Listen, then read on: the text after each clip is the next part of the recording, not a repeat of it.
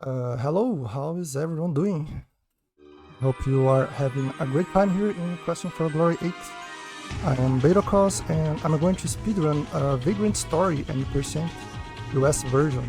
And with me I have on commentary a very experienced and knowledgeable runner. And they are going to be doing most of the talking while I focus on the game and try to not get one shot by enemies, which can happen pretty often in this game actually. So, JD, do you want to introduce yourself? Yes, hello. Good evening, good morning, good afternoon, wherever you may be. I hope everyone's doing well. I am JD Silvergun, and I've done quite a few runs of this game myself. Last year I did a grind for quite a while, so definitely very experienced, and I've learned from some of the best that came before me. So, ready if you guys are. Okay, I think I'm ready to go. So, countdown will start on 3. So, 3, 2, 1, go.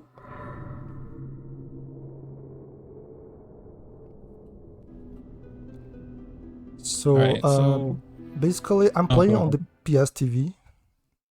Just a heads up. And go ahead, take the lead here, JD. Yeah, the PS TV actually loads like very slightly faster than the PS2 with fast disk speed, just as a random point of fact.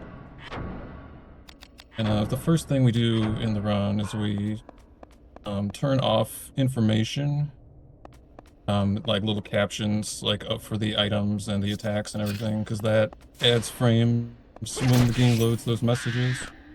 So that's the first thing we do, and these first few rooms are just going to be running around and skipping cutscenes.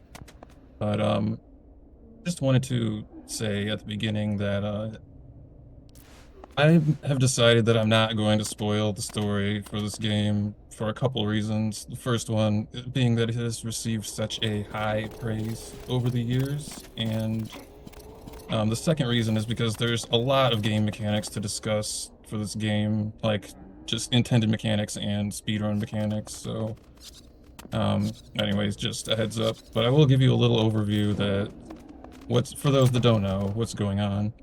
So Ashley Riot, our protagonist here, is a member of the Valencia Knights of the Peace, a VKP, a risk breaker, is what they call him. He's an agent. And so someone named Sydney was, he took the Duke and hostages in a manor, and the church and a mercenary group called the Crimson Blades got there first to try to solve the situation with violence, of course. And Sydney got away and went to this abandoned city where the civilization was wiped out, and nobody really knows what's going on here because nobody comes here, but it's a city with a lot of like lost and forgotten abilities like magic, and as you're going to see shortly, there are zombies and many other things that aren't normally a part of like this video game world, like outside of like this particular part of the setting. So Yay, we got the the YOLO first jump. speedrun tech. Yeah, that's Sorry to very nice interrupt you. job. That's a big deal for Oh speedrunners yeah, at it is a least. big deal. That is probably the hardest jump in the game, 'cause it's very much not intended, first of all, and we have 0 agility at this point, and even 1 point of agility will like slightly speed up everything that Ashley does, and makes you jump like a tiny bit farther and move a tiny bit faster. And yeah, so that's a really good start. So, you guys noticed, this game has a lot of box puzzles. It's actually a mix between RPG with action and platforming and puzzle sections. It's a little bit of everything. So we reached the first boss, Minotaur. And what I'm going to do here, it's quite a recent strat where I'm going to lure him into the balcony and try to hit him there. So let's see how it goes. Oh, a crit, Yeah, this that's is not actually crit. brand new. Nobody else has done this before. A couple months ago or so. This is his own strat. Like nobody else has done this, so it saves a little bit of time Ooh, because we I'm don't have gonna to heal climb here. back. Yeah, that's really bad luck. Getting crit twice. This fight, for those that don't know, we're just 100% RNG. Like there's no, other than the setup that we just discussed, there's no like real skill to it other than, you know, pressing the buttons as fast as you can. Like so this first like 5 minutes of the game is not really even like playing the game because we don't get the core mechanics of the game until after this fight. So for whatever reason, Ashley has like repressed memories, and after this fight, he recalls some of them, and I'll talk about those in a second. But right now, one of the main things about the speedrun is we will manipulate these stat reels that we get after bosses.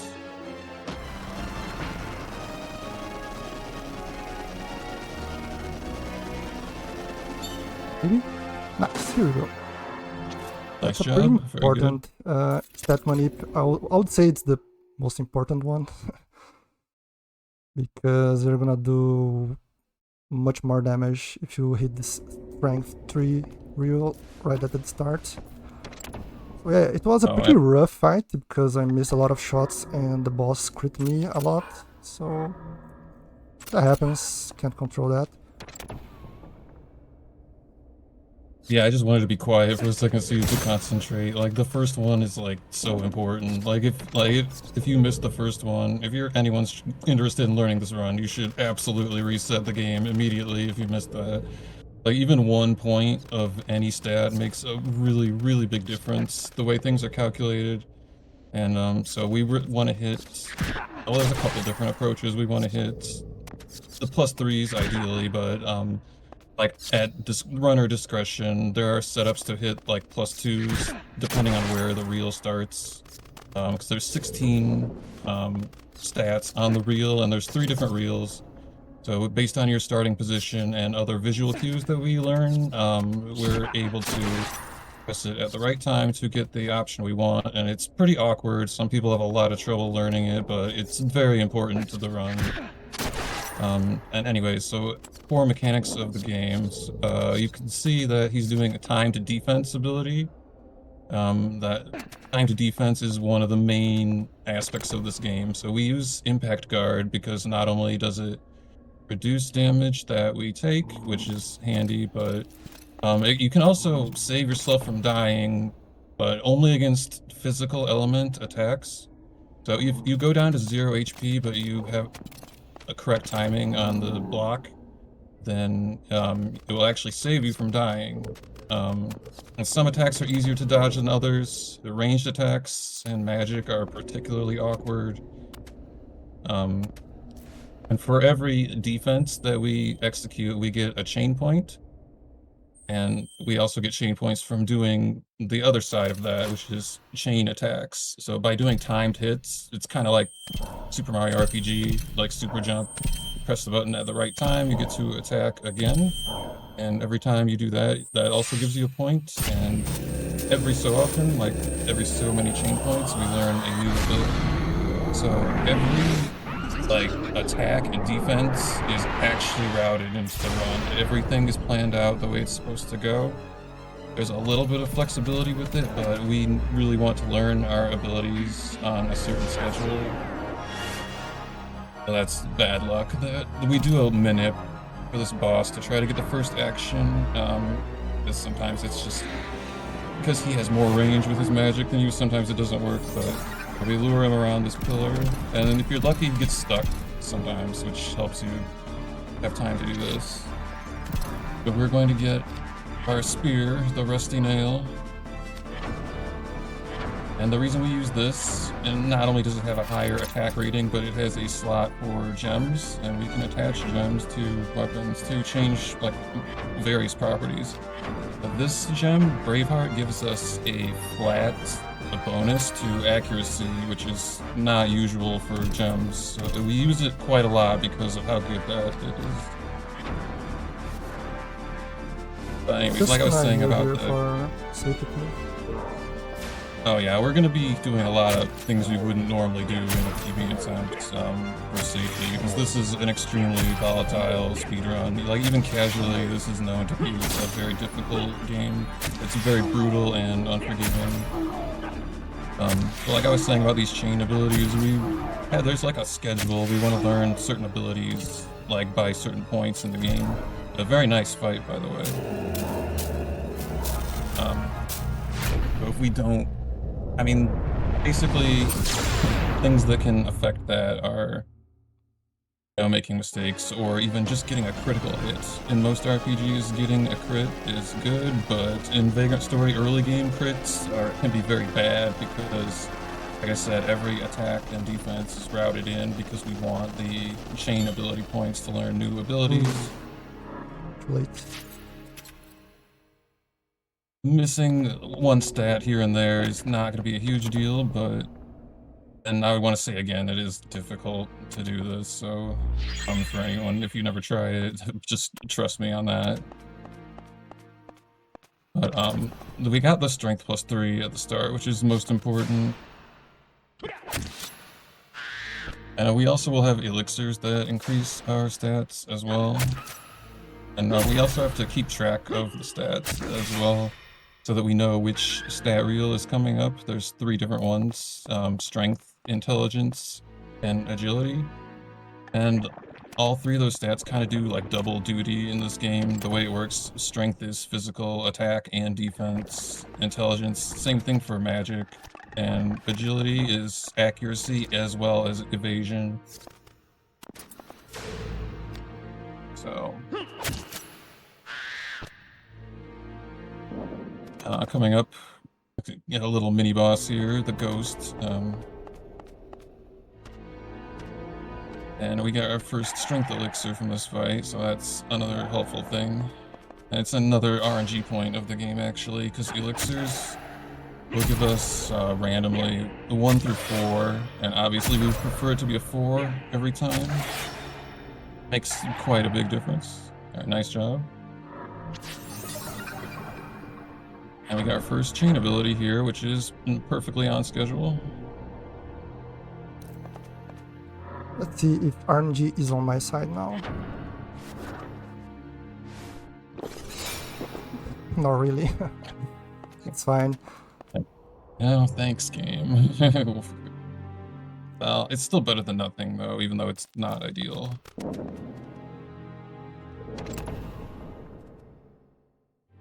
There's a optional boss fight at the end that I can do if my strength is not as high as I want it to be. So it's fine, I have a backup for that. This is one of the infamous box puzzles, which they really liked in this game. Honestly, not very fun for a speedrunner, but I mean, casually maybe people liked it. But just one of those things. And it's also worth mentioning that the movement in this game is pretty awkward. Ashley is pretty clumsy.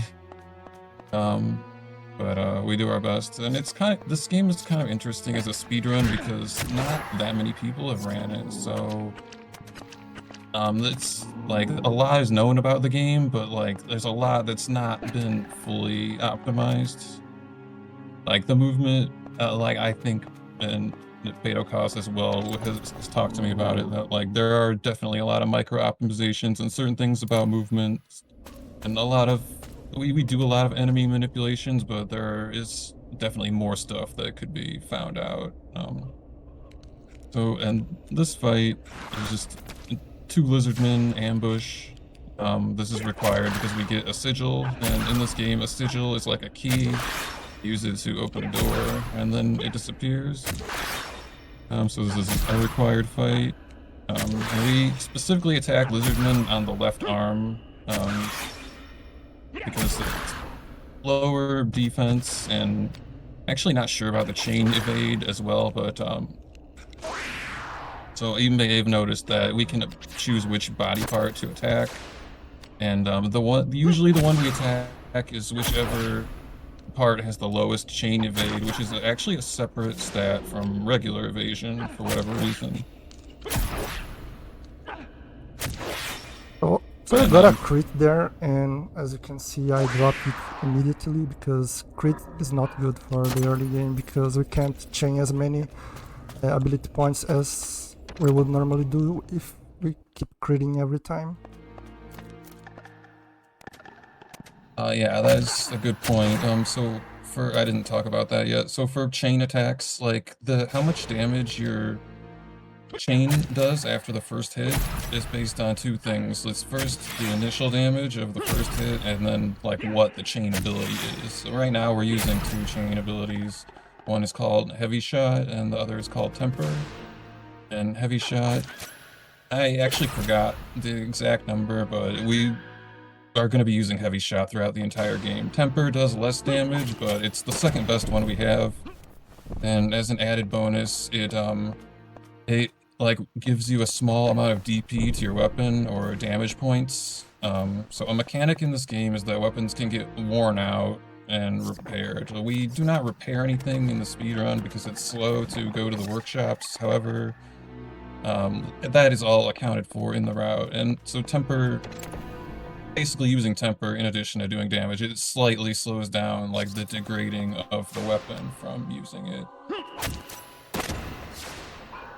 Even more box puzzles. Oh yeah, so this is another interesting room. There's a couple ways to do it, and BetoKos himself has actually timed a couple different approaches. Because you can do like right side or left side, and it just turns out that right side is like very slightly faster. And I actually didn't know that until a few months ago.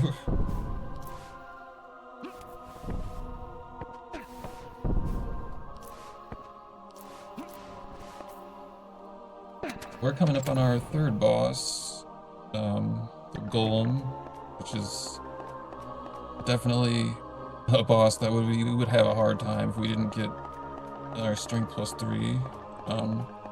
And this is kind of a weird boss because it shows, well, I'm assuming the fight's gonna go well, hopefully, but sometimes this guy annoys me because for some reason there are a lot of very large enemies in this game that have a high evasion. So this guy has a pretty high evasion for like this early in the game because we don't really have good stats. Like even if you had like the most you could have right now is, well, you can't have any agility bonus, which is freak accuracy. Like it's literally impossible to get more than 0 agility before this fight. So it's kind of interesting that the boss is for whatever reason, like he can be hard to hit sometimes. But, and we're also using the spell Degenerate, which we also used on the second boss. And we're going to use it on pretty much everything, or every boss, I should say, that is susceptible to it, because the way things are calculated. Like I said, even a small difference in the number makes a large difference in damage output, the way things are calculated. And another thing about this game is that enemies and bosses do not have 100% consistent stats. They can roll up or down. And like certain particularly obnoxious bosses, when they roll up on strength, like we'll be doing very little damage, even with good stats. It's just kind of a game mechanic.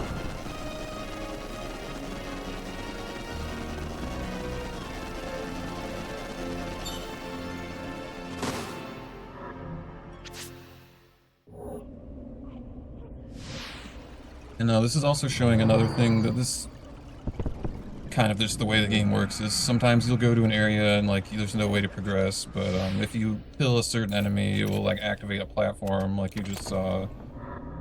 And that happens in a few different spots in the game. Oh my god, the elixir's RNG is not great at all. Yeah, that is unfortunate, but it happens. If you want, there is a extra intelligence elixir by Fire Elemental that is not normally seen in the run. If you want to grab that, it's an option, but usually we skip it. Yeah, we'll see how this goes. Oh, okay, the enemy completely Oh, that was really nice. It's rare to get through there without that Zubin attacking you. That guy's normally rude, like very... Some of the enemies in this game, like when they crit really hard. Like seeing hits of like 170 damage or more is definitely a thing that can happen. And another thing about this game, with AoE attacks, like breath attacks from like dragons and lizards, I think they're called basilisks in this, or just any AoE magic can hit Ashley like multiple times, like for each body part. The same way we can target specific body parts, they can as well. So any breath attack or AoE is extremely dangerous. And basically there's never enough HP to be fully safe in this game. So this is our fourth boss, the dragon. First dragon of the game. Unfortunately, it's in a really tiny room, so it makes it easy to set this up. You're gonna see a similar strat for every dragon fight. And people probably did this casually too, because you don't really have much of a choice when fighting these. You just run forward and jump, because if you're close enough to them, they will not be able to use their breath attack, which will one-shot you even if you have full HP. A nice job blocking the bite attack. There's some attacks in this game where the animation triggers so quickly that it will take your input. Like if you're pressing circle to attempt to like open the targeting sphere and attack, sometimes it takes that input as an attempt at defense, even though it's like way before the attack lands. So it's one of those bad things that can happen. It's with fast attacks like that bite attack. So that was really well executed that he was able to block it. And about the jumping towards enemies, it's another mechanic in this game that we exploit is that enemies cannot target you while you're jumping. We can target them if they are midair, but they cannot target us for whatever reason. So that's one of the things we're definitely going to be doing. If you see if you see him jumping around, that's probably why. Although there are other rooms where the ground is not flat, where it just happens to be faster to jump, but generally running is the fastest movement. That was a little bit catchy, because if you miss the first chain, you do 0 damage and have to drop it immediately, otherwise you're not going to do any damage to the boss.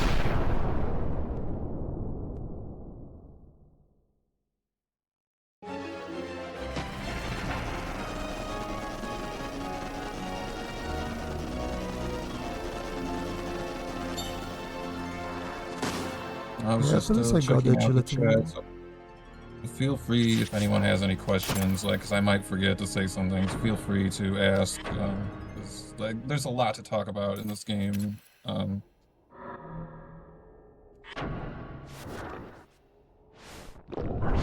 Hey, there we go, +4, finally. Yeah, that's finally some good luck for us. So, these grimoire items teach us spells, so that was the one for heal. We've had it for a while, but it's just convenient for us to use it there. Because we want to get it out of our inventory, and we're also going to be casting the heal spell a lot throughout the run.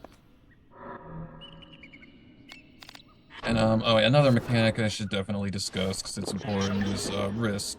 So doing chain abilities adds risk. And what that does, it does a few different things. The higher your risk is, the lower your accuracy and evasion, and the more likely you are to crit or be crit. So if you have high risk,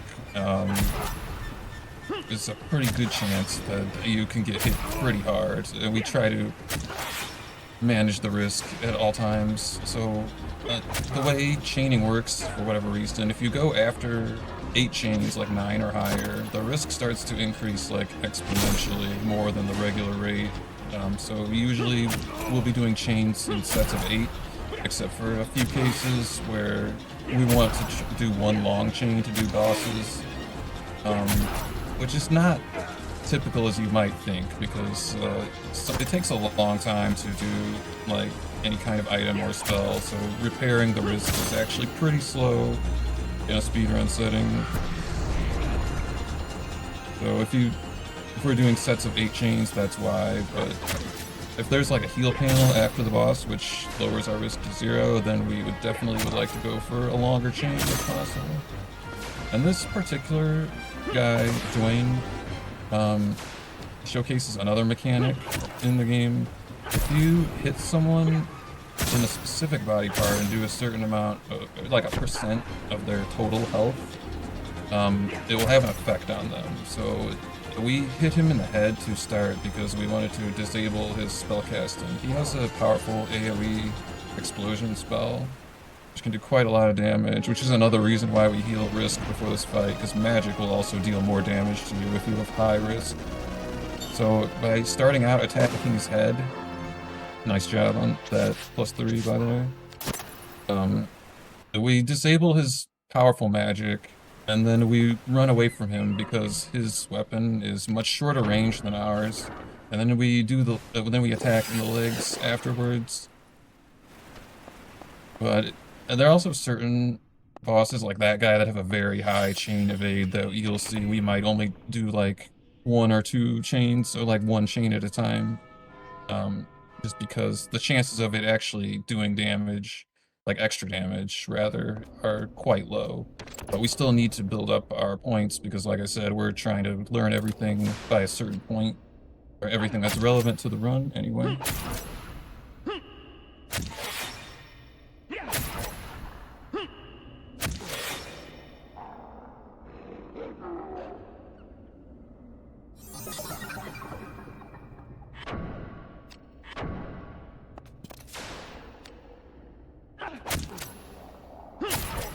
Just catching up on the chat a little bit. Yet there's, as you guys are saying, you may have noticed in that last boss fight that the second of the 3 opponents was defeated very quickly. That guy is weak to piercing, which is what the spear that we're using is right now. But a lot of enemies only have like 1 or 2 weaknesses like that. Like it could be like an element, like physical, fire, water, earth, light, dark, or there's like slashing or edged, blunt, and piercing. And we're using a piercing weapon right now just because it happens to be the best weapon at the time, but we're about to change weapons. And by the way, that movement was a nice enemy manip. We get on the box, and then the dog follows us on the box, and if it's successful, like you just saw, it stops the dog from attacking us, because that enemy has a fire breath attack, which can do quite a lot of damage if you're unlucky. We're about to change weapons. We're going to be using a 2-handed axe. And this weapon also has a gem slot, and so we're going to be changing gems every so often, depending on what we're fighting. We're not going to put any gems right now, just because it's not needed. The next boss it takes quite a lot of damage compared to a lot of the enemies. And we're equipping the wizard robe, because we don't equip heavy armor because it like has an agility penalty ever in the run, but specifically the wizard robe gives us some slight protection against magic, like very slight. Like it won't like save us from dying, but there are a lot of enemies that will have a MP draining attack, and using the wizard robe will allow us to take less MP damage from that. And there are a couple spots in the run where MP management is very important, like later when we're teleporting around to go where we have to go. Like once you get about like more than halfway through the game, close to 2/3, there's like a fetch quest section where we're going to be running around grabbing like keys and sigils that we need to progress. And yeah, we need to do a lot of teleporting, which uses up like a lot of MP for whatever reason. So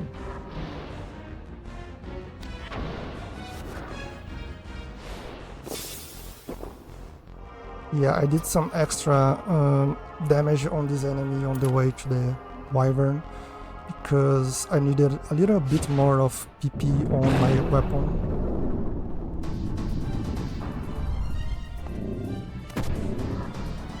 Yeah, the PP is phantom points, which is another thing. We talked about damage points before, so another attribute of your weapon is phantom points. And if a weapon that has never been used before, there are a few exceptions to this, but for the purposes of the run, all the weapons that we get are like fresh. They have never been used, so they don't have any phantom points, and you want your weapon to have as high phantom points and damage points as possible, or like the best possible damage calculation. And one of our chain abilities that we got after the dragon is called Instill, and so by just using that a couple times, it increases the phantom points faster than how they are naturally accrued, which is just by doing damage. So every time we get a new weapon, we're gonna do like a chain or maybe 2 chains with Instill, just to max out the phantom points, because it makes a big difference in how much damage that we do.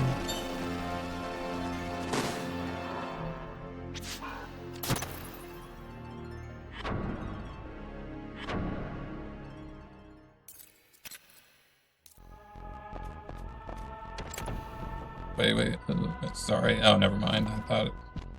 Sorry, never mind, don't mind me. Anyways, so continuing on. So we're in the abandoned mines. I'm actually gonna come back. Like, this area gets revisited, like, on the 2nd level very briefly, but anyways.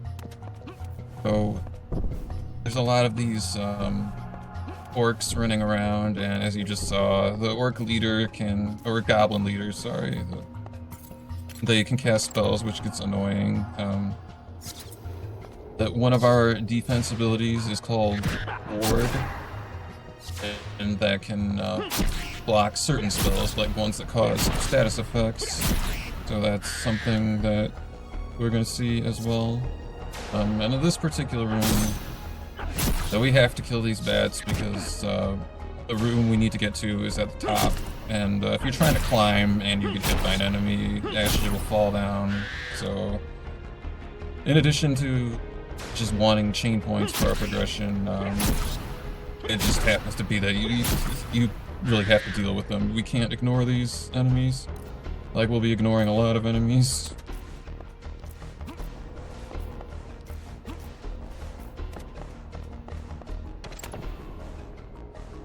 So in this room, there's a couple things that we need from the chests. And first we're going to be disarming the trap, which is a nice job on that defense, by the way. Like, there are tiles in rooms that disarm traps. There's a trap in front of the chest, so we do that, and then so we need a sigil to open a door, and the gem, Undying Jasper, we're going to be attaching it to our axe because we want water element for the next boss, which is a fire elemental.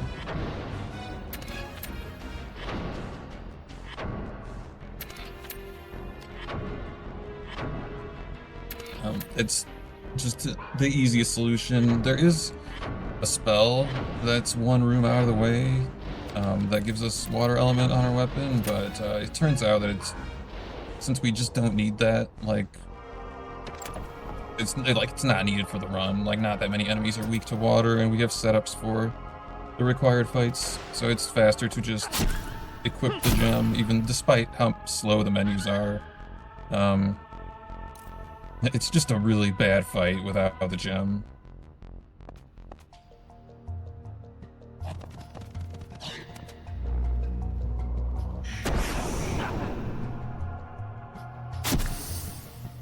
Nice job. Some of these spells are, like, not super intuitive to block. Like, a lot of the melee physical attacks, it's kind of obvious when you're supposed to press the button. But magic and, like, ranged attacks are a little more ambiguous.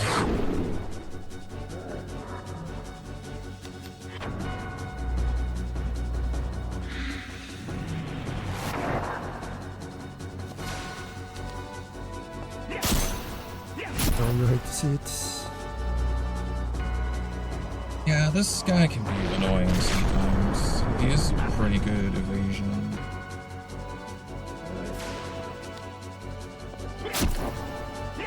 And this boss we're also attacking in the head because certain kinds of enemies that are like very heavy magic users, like the elementals, we can't completely disable their casting, but instead of disabling the casting, we can disable like their most powerful spell, like their AoE attack. But fortunately, he didn't use that attack for whatever reason. He just used the regular fireball, which is single target, so that was good luck for us.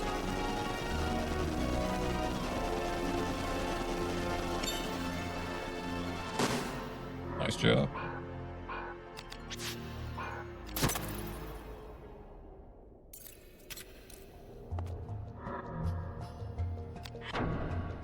I'm gonna use some Vera roots here just to drop my risk a little bit, because some enemies that are coming up can crit me, and if I fail to parry, I'm basically dead, so we are starting to enter a pretty dangerous territory right now. Yeah, I would recommend healing risk there even if this was not a marathon, just because the bats coming up have a very high evasion, but also this guy, when I was doing the grind on this game, I feel like this crossbow guy in the next room got a crit like every single run, like I did, like it felt like.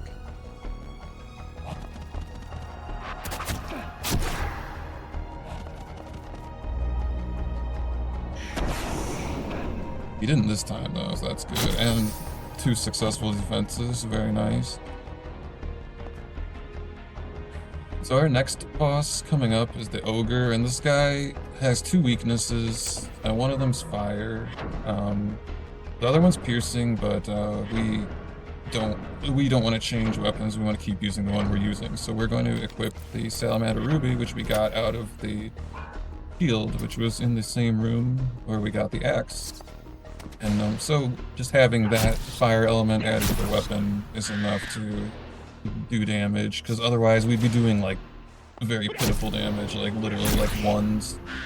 Like it's just the way this game is. Like if you don't have like whatever the solution for like one of the weaknesses of the boss you're fighting, you just don't do damage. This game's notorious for being like very brutal, like especially to casual players. It's not like obvious what you're doing wrong, or you don't know why, like it's not working. But this guy, we use Degenerate first, and like I said, we use it on pretty much most bosses, except certain ones are immune to it, like dragons, so we can't use it on them, but we use it on most things. And this guy has quite a lot of HP for this point in the game. I believe it's like 500 or 600, it's quite a lot. So we want to do 2 sets of 8 chains for risk management, and then we finish with a final longer chain. It's possible to do it in one long chain, but we would end with 100 risk, and healing that risk is gonna be quite slow. And it's also harder to execute that way. It's best to just, you know, let him get a turn in and finish him off. Hey, nice job. Yeah, like GD said, it's better to drop the chain and let him hit you first, then you can have more turns later.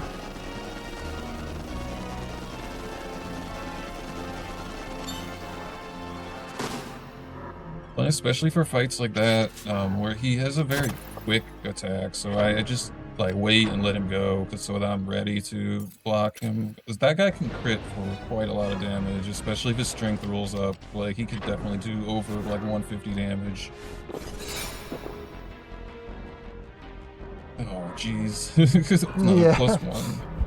Those elixirs are not being very kind to me, but it's fine, it's fine. I'm going to use a Vera root again, because maybe not. I think you don't have to. There's quite a few rooms running through to get to the next boss. So, I mean, you can if you want, but it's quite a lot of time before you have to hit anything.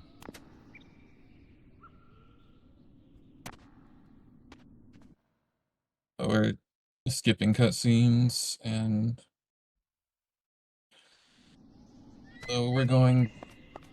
Well, the way this game is laid out is kind of strange. Because we'll have these areas of going through outside, and then like we'll like dip into dungeons, but like you can't like access like the whole dungeon until later. Because a lot of these areas kind of like loop around and then back to this central hub area, which is like coming up. It's called the Undercity.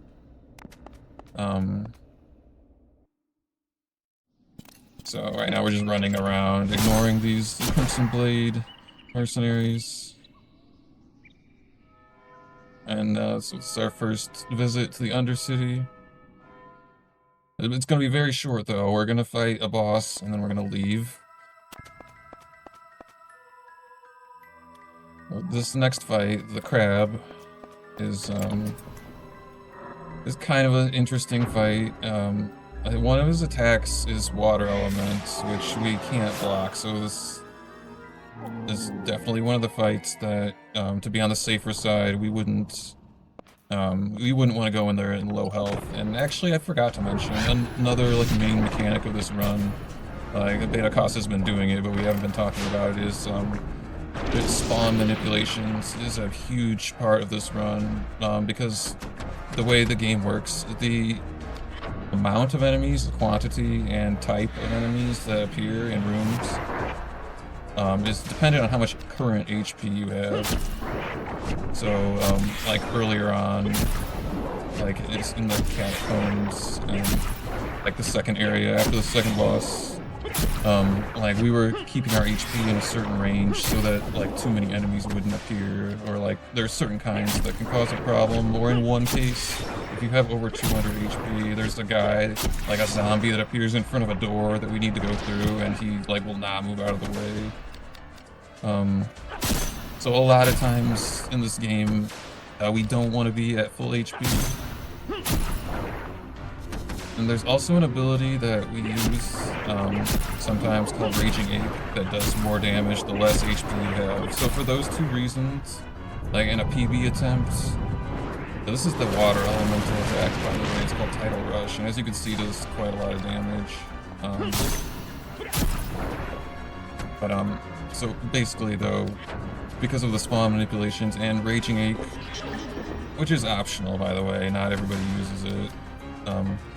Those are two reasons why we would not want to have full health. Like for this fight, like optimally you would have like above 100 HP to, you know, not die from that attack, and that's about it.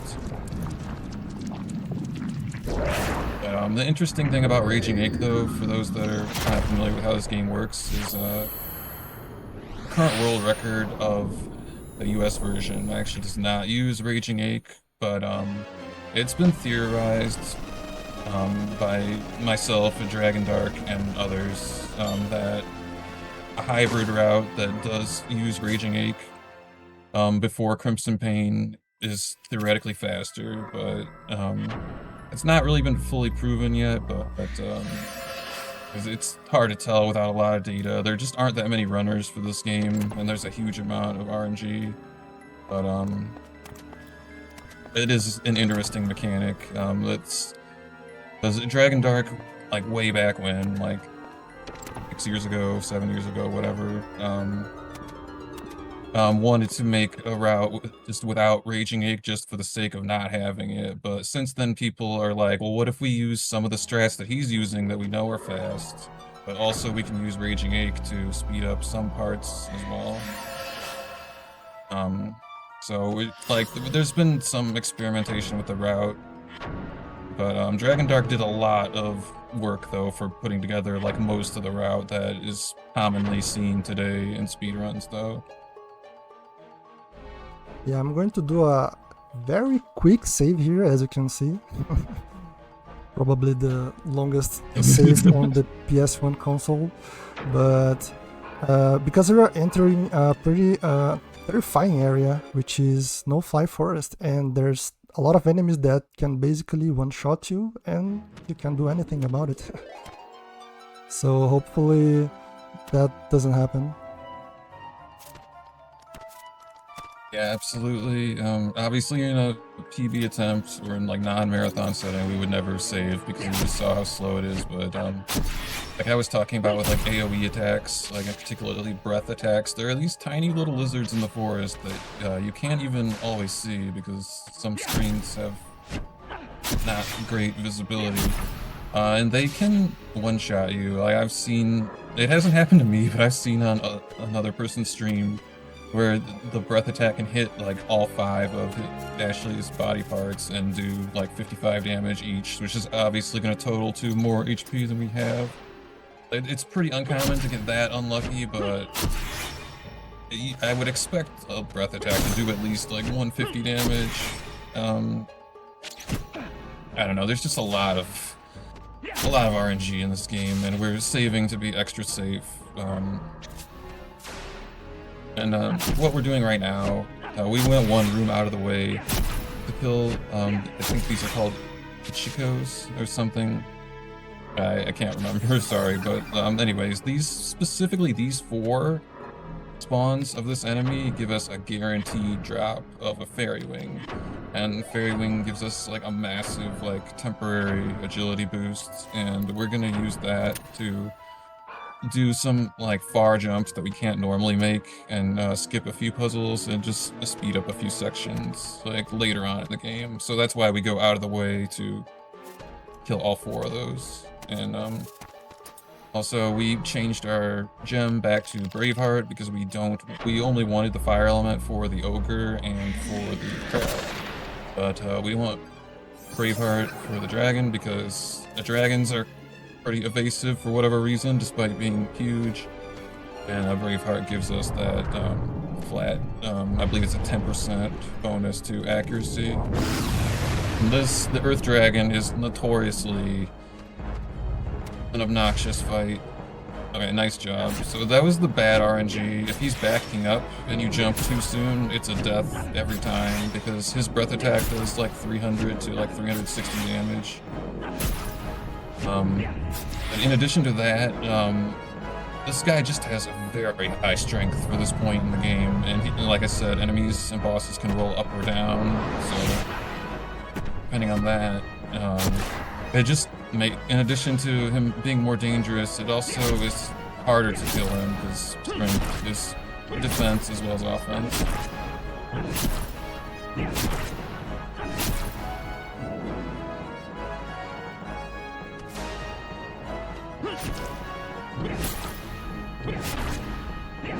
And the forest in general is it's a very dangerous section, and you know, people used to joke a lot, more people running this, like the forest is where runs go to die.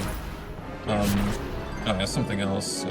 We got a spell, a grimoire from the crab, it's Grimoire itself, which gives us the spell Left Fusion, and what that does is adds air element to our weapon, and we're using air element against the Earth Dragon, so that helps us do extra damage as well. But we're going to be using Left Fusion a lot because for whatever reason it just happens sometimes that it happens a lot of the time, I should say, that for enemies that aren't specifically resistant to the element you're using, sometimes it's better to just have a lot of that element, like affinity, as opposed to nothing. So we're going to be using Left Fusion a lot from here on out, and the last ability that we just learned, the Crimson Pain, is a major important part of the run. It does 100% of the damage of the initial attack when we use it as a chain ability. It does have a recoil, it does damage back to us, but even with that being a factor, it's still the fastest way that we know to do damage to bosses or just anything.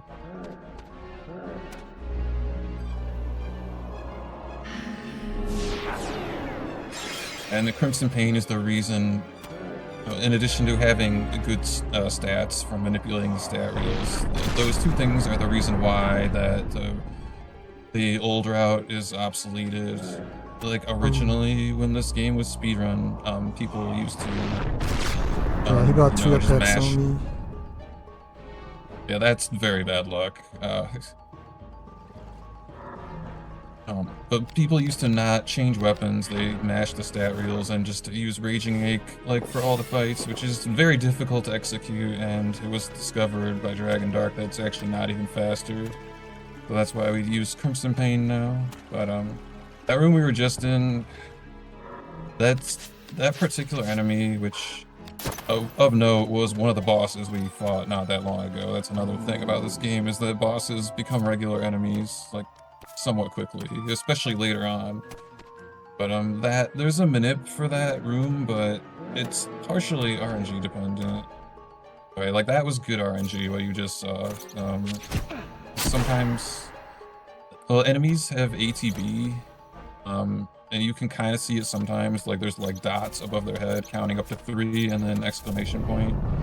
And the amount of ATB that they start with is not consistent, but also by doing certain movements, we can try to manipulate their actions as well. And for that first fire elemental room, with a mixture of luck and skill, you can get him stuck on the tree when we run around it, but that unfortunately didn't happen. That's, as you can see, those extra animations are quite a time loss, but it's okay. And so this fight is a little bit dangerous. Fighting Gryom and Dark Crusader. And in particular, this guy is annoying because he's only weak to... yeah, see, that's another RNG element of the run. So depending on a couple things like what we attack and just RNG, it's not consistent. Your weapon does change depending on how you use it, but it's not consistent. It's partially RNG. So the reason why we're doing no damage to this boss right now is because our weapon gained air affinity, which is not guaranteed to happen. It's complete RNG. But like I said before, for the dragon, we cast a spell to intentionally give ourselves air affinity, but that's not active right now.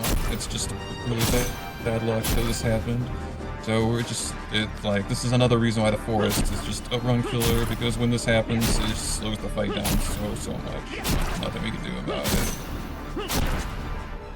Marathon luck, right? Got a crit? Marathon.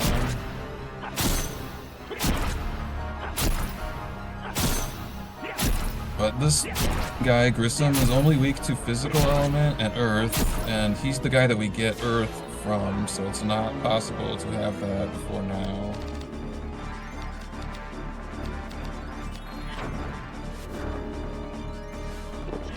And since our weapon is air, it's not physical element anymore. Like after he's dead, it'll be totally fine. It's just really annoying for a speedrun setting. But right now, what we're doing to try to compensate is just we're chaining his legs because his head has a 50% chain evade, which is what we would normally attack. The legs are also more armored than the head, but we're chaining just to try to speed it up. Alright, so... there we go. But it happens.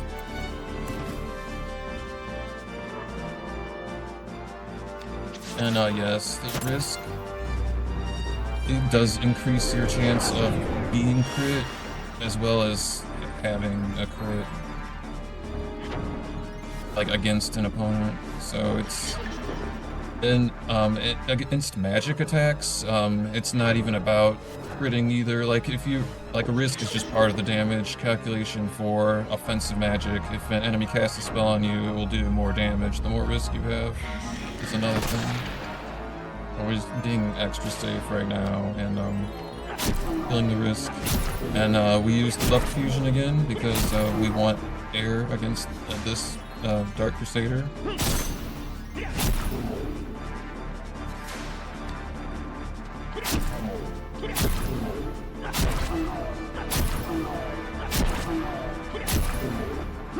And after this fight, we'll finally be out of the forest, which I used to really hate the forest, but I don't hate it as much as I used to, but like this place is really rough sometimes.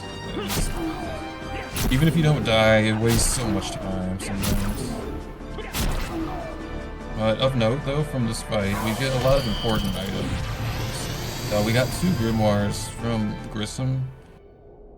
One is the grimoire Gnome, which gives us soil fusion. It lets us nice, very nice. That was a really good example of manipulation, depending on where the stat reel starts, like what it starts on. There's a setup where you can mash on a certain frame, but it's not guaranteed, so that was really good. That it was good luck that it started there and good execution that he hit it. That's really good. So in addition to the spell that gives us Earth Element, it also gives us the Magic Ward spell, which we're not going to use super a lot, but it is needed for the last boss, like at a minimum. We may see him using it as a safety, where we wouldn't normally in a PB attempt, but it's a very important spell. And also from the Crusader, we are going to be using his katana after these next few rooms. We're going to change it. It's just convenient to use the axe for this part because we already have our buffs active from the boss fight. That's another thing about this.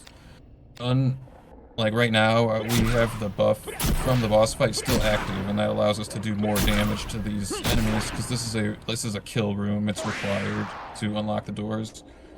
And if we changed our weapon now, it would completely eliminate the buffs because that's just the way the game works. But after this hallway, we're gonna use the katana that we got from the fight, and that's gonna carry us pretty far. The katana does pretty good damage. And it just happens to be on the way, so we like to use it. And I like to joke when I was doing my runs that this is RNG hallway number 1, because sometimes you can just run straight through and nobody bothers you. Like that was good. But sometimes they will not leave you alone. Okay, so like this second room, he's directly in the way and he's attacking. And 2 attacks. Maybe that might be about average, but sometimes you get lucky and nobody bothers you at all, and you can just run straight through there. About pretty average RNG there.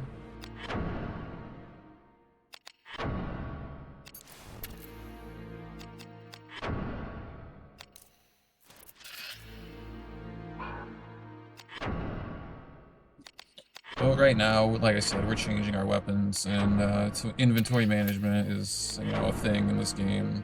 So we're gonna disassemble our old weapon, and we're also gonna disassemble the shield that we got in the forest, because that has a gem that we're gonna use later. It's called the Dijin Amber, and that will help our air elemental strats that we're gonna be doing later. But for now, we're gonna use Braveheart because of the accuracy bonus like we have been before. And like I said, this weapon is a significantly higher like strength stat than all the other weapons we've been using. And right now we're using one of the grimoires we just got to set Earth Element because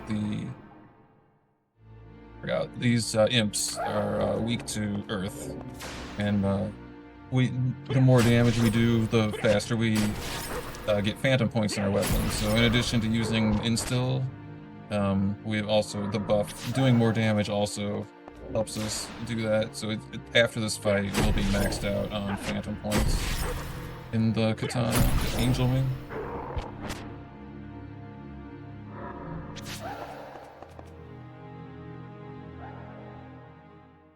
And this guy's kind of annoying sometimes, but we wait by the door because we want him to come to us, because if you try to run up to him, he can get the first action, and that phantom enemy has some powerful AoE magic that we don't want to deal with.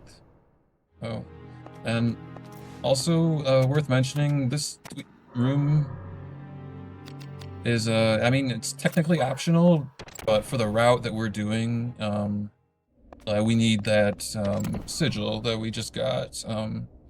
There are 2 routes through the game, if you're not like full clearing, I mean.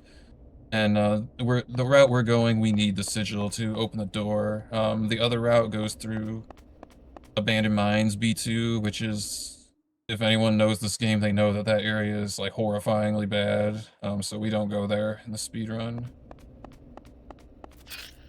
And it actually has 2 boss fights instead of 1. You fight the air elemental and the earth elemental, but the way we're going,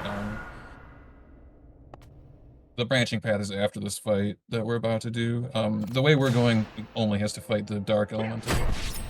And this, okay, that was very nice. Good RNG that get the first hit there. But we use earth because his left arm specifically is weak to earth, and he usually turns and runs away, giving us that nice shot. And as you can see, with our new sword and Crimson Pain, we're doing a lot more damage than we were. And that was a really good fight, not just in execution, but RNG. That guy has a very high chain evade, so that definitely looked like it saved time. Like I wouldn't expect the fight to go that quickly. Like sometimes you're just chaining like 14, 15, and he's just like dodging all of them. He's just a rude enemy.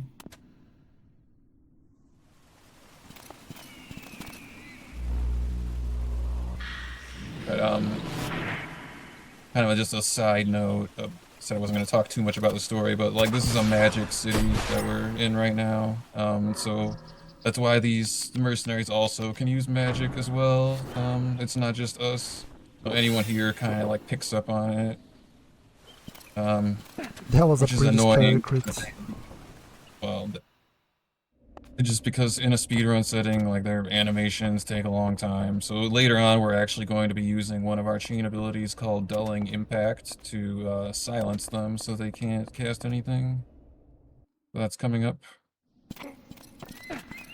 But right now, though, this section is, he took that hit on purpose, by the way, like didn't do a defense. This is another example of a spawn manipulation. We want to have below a certain amount of health to reduce the amount of enemies in this hallway. And this is RNG hallway number 2.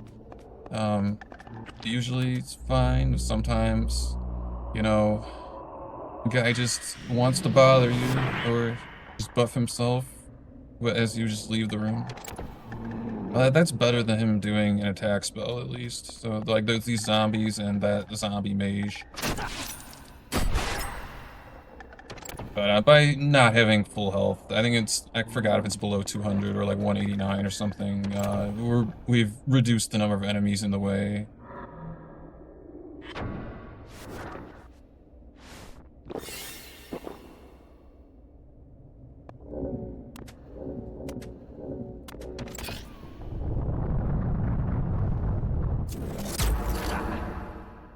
Okay, nice job.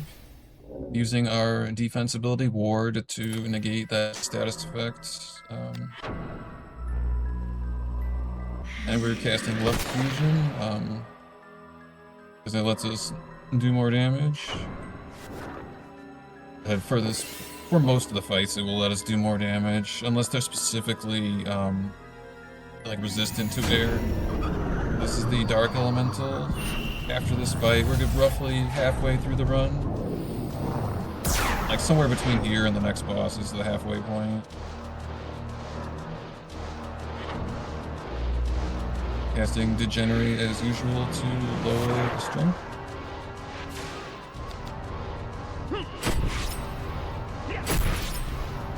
So this is one of those fights where we're going to just chain as long as we can until he dies. We prefer for him not to get an action because he can cast a Meteor spell, which is an AoE damage spell. But okay, so 10 chains. He definitely rolled up on strength. It's definitely possible to get with, you know, better luck and maybe slightly better stats to get like an 8 chain or less on this fight. But it was still a good fight, though.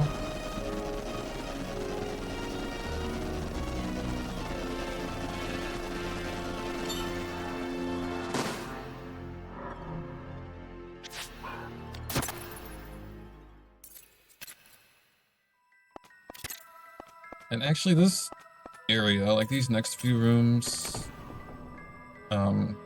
actually I think some of the worst, not this room, but the next room and then 2 rooms from there, are some of the worst rooms in the whole run. Like, this room We've had lower HP on purpose because otherwise 2 of those dark eyes, the one that's casting a spell right now,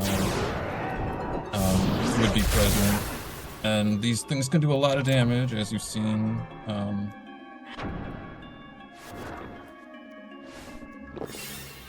So there's a few different approaches to that room. BetoKos likes to just rush for the door, which is fine, but another approach is that you can heal or like just stall a little bit so that the skeleton is between you and the dark eye. Because in this game, if something's physically between you and the enemy that's attacking you, the enemy will actually take the damage and not you. And so then there's this room, the Bandit's Hollows. This is notoriously an obnoxious room, but we have a specific strat to try to compensate for how horrible it is. So first thing we do is take out this guy. Second thing we do is we use a grimoire that we got all the way from the second boss of the game. So this is one of the only times, actually the only time we use offensive magic. So we're going to target the enemy's head so that it will not cast spells from afar. So then it will be forced to melee us, which brings it in range of our attacks, and we're going to take it out. And this enemy is actually really dangerous because it casts earth magic, and we equipped a ring that we got in the forest that it gives us air affinity and weakness, a slight weakness to earth attacks. But the reason why we do it is because we use an air strategy for most fights, and it just lets us do more damage. So that's the reason why we use the Sylphid ring. And there's also some climbing and platforming in this room, which is not Ashley's forte. Nice jump, that was very quick and good. And also, this enemy, the Lizard Man, has a magic weapon. He has a silver weapon, which does light damage, which means we cannot impact guard. So this actually makes him one of the scariest enemies, like, up to this point. It's like anything can crit really hard, and we can't rely on impact guard to, like, save us from death. This is the Sky Dragon, so we cast Soil Fusion to have Earth Element on our weapon.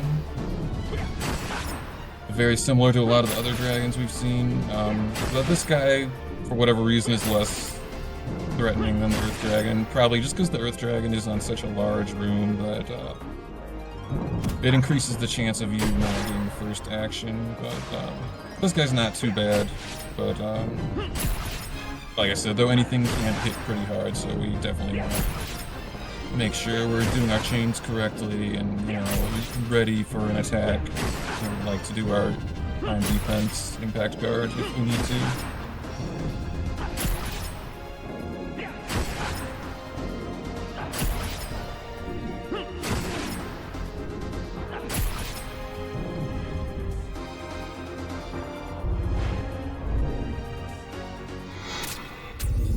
Try to skim the chat in case anyone had any questions. I apologize if I missed any questions. Feel free to like repost it, but there's just so much to discuss about this game mechanic-wise. So I'm just trying to think of everything. Nice, strength +3.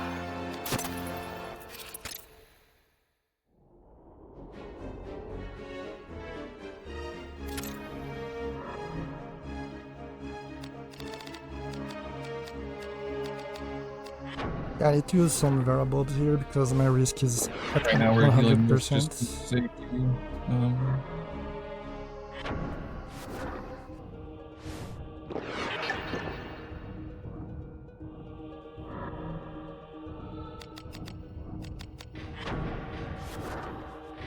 Yeah, I haven't streamed, you know, like this game in a while, but I did do quite a grind last year. My PB is a 157, which is respectable. It's not an amazing time, but the way this game is, it's well, I guess it's true for any speedrun. It's like the closer you get to like a top time, it just gets like exponentially more difficult to shave off that last little bit. So anything sub 2 is generally considered like quite a good run, and in general, I would say, like, even any run of this game that's, like, deathless and saveless is an accomplishment for anyone, even if you're not doing a speedrun.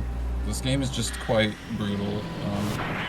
But it's a very unique game, though. That's why we like it. There's no game quite like this. It's a very unique game and a very unique speedrun as well. Yeah, that guy.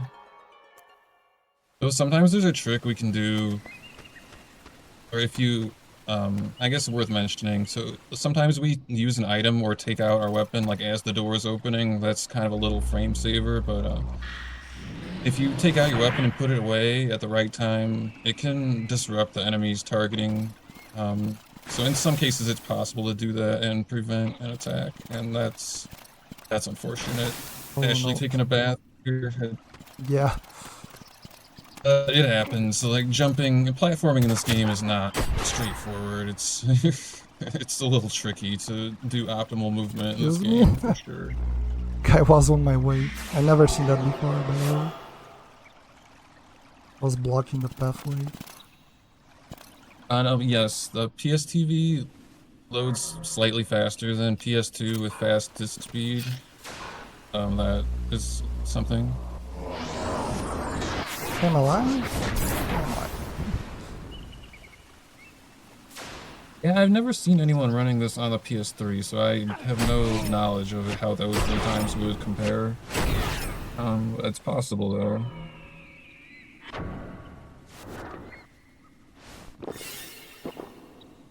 That was a little bit scary, but we survived. Heal. It's like I had a little bit of bad luck that though one of the Crimson Blades got the first action there, but generally we are gonna silence and paralyze them. So once paralysis means they can't physical attack, silence means they can't magic.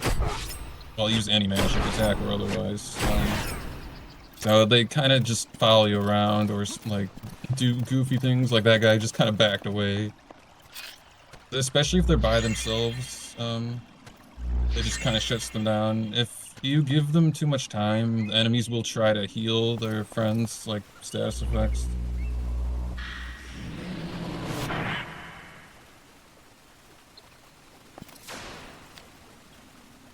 And this particular enemy actually doesn't have any magic, so we're just gonna paralyze him. But this guy will try to heal him if you let him, so we're gonna silence and paralyze him and just keep moving. And a lot of these guys are only weak to one of the three physical elements, like slashing, piercing, or blunt. Like particularly the guy in the room with the heal panel, like it's not reasonable to try to kill him with a slashing weapon, so that's why we're just disabling them and moving on. Although there is an alternate strat, you can take out one of the guys and try to get a sword drop, but I think nobody really goes for that other than Dragon Dark back in the day, but the guy after the bridge drops Shiavana, which is one of the swords we're actually going to use later, but you can get it early, but with a worse grip, meaning that you can only equip one gem instead of 2 or 3, whatever it is later. But sword is stronger than this one, so that used to be a thing that sometimes people would go for. In this fight, kind of a little mini boss, the Harpy, gives us one of the spells we're going to be using a lot, Heracles, to increase strength, but of note, those are kind of dangerous. They actually have an instant death attack called Banish. Like, it doesn't have super high accuracy, but the birds can one-shot you if you're really unlucky. We're gonna see more of those later, and they're one of the few enemies in the game that normally they mind their own business. They don't, like, actively pursue you, but, that's not always the case. And this guy, our first Lich. Liches are extremely dangerous, and Beto actually cast a magic ward as a safety. We would not normally do that. Like, normally the strat is just don't let him attack you. But Liches have very, very strong AoE magic, like high-level meteors and like radical surges, which is like light and dark element AoE magic that will do like well over 200 damage. So just to be safe, we're gonna use Magic Ward, but normally we wouldn't in the speedrun just because of how slow it is and because well, it's not only slow to cast it, but we have to dispel it as well if we want to cast a magic on ourselves now, which is pretty annoying. But other than that, is permanent. It's kind of interesting. And from the Lich, we got our teleportation ability, which we're going to be using quite a lot in a little bit. In this room, we take these out just because they will get an action, and it, like now and on the way back if we don't. So it turns out it's faster just to kill those than to leave them. And the guy that was just a boss, the Lich, is now a regular enemy in this room. So yeah, it's very friendly of the game to just do that. But we're used to doing the strat that you just saw. If you rush towards them, we can get them to teleport, just a little manipulation there. But if you jump early or if you jump late though, and the Lich has good ATB, it's almost certainly going to be a death if you don't have Magic Ward up. So like a lot of these little rooms where we need to run in and grab a box and run out are actually some of the most dangerous rooms in the game.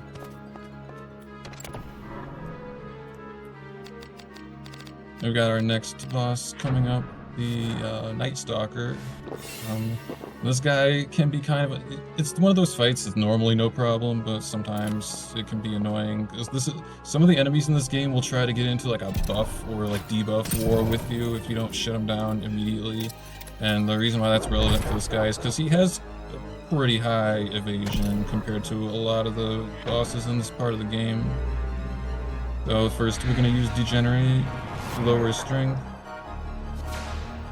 And then it just so happens that the abdomen is the best target for this guy. And, okay, that's good that we got the first hit. It's, like I said, it's not guaranteed for this fight, so we're just going to end it in one chain.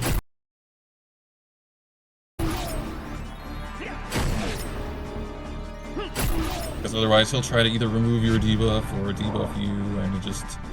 Once a lot of people start casting magic, it just... all your time is shot.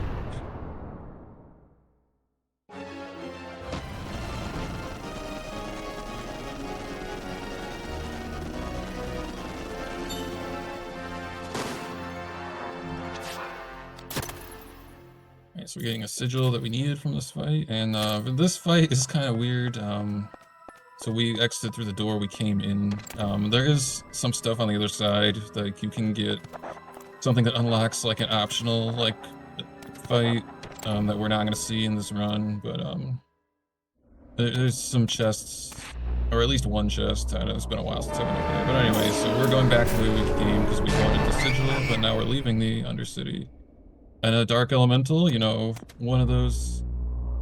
this specific enemy, though, at least, is not as strong as the boss version that we fought, which is not always the case in this game. But the Dark Elemental has been nerfed a little bit for its regular enemy form, which is very fortunate for us, because these guys... There's a couple rooms that look just like that we're going to be seeing. You know where you're going?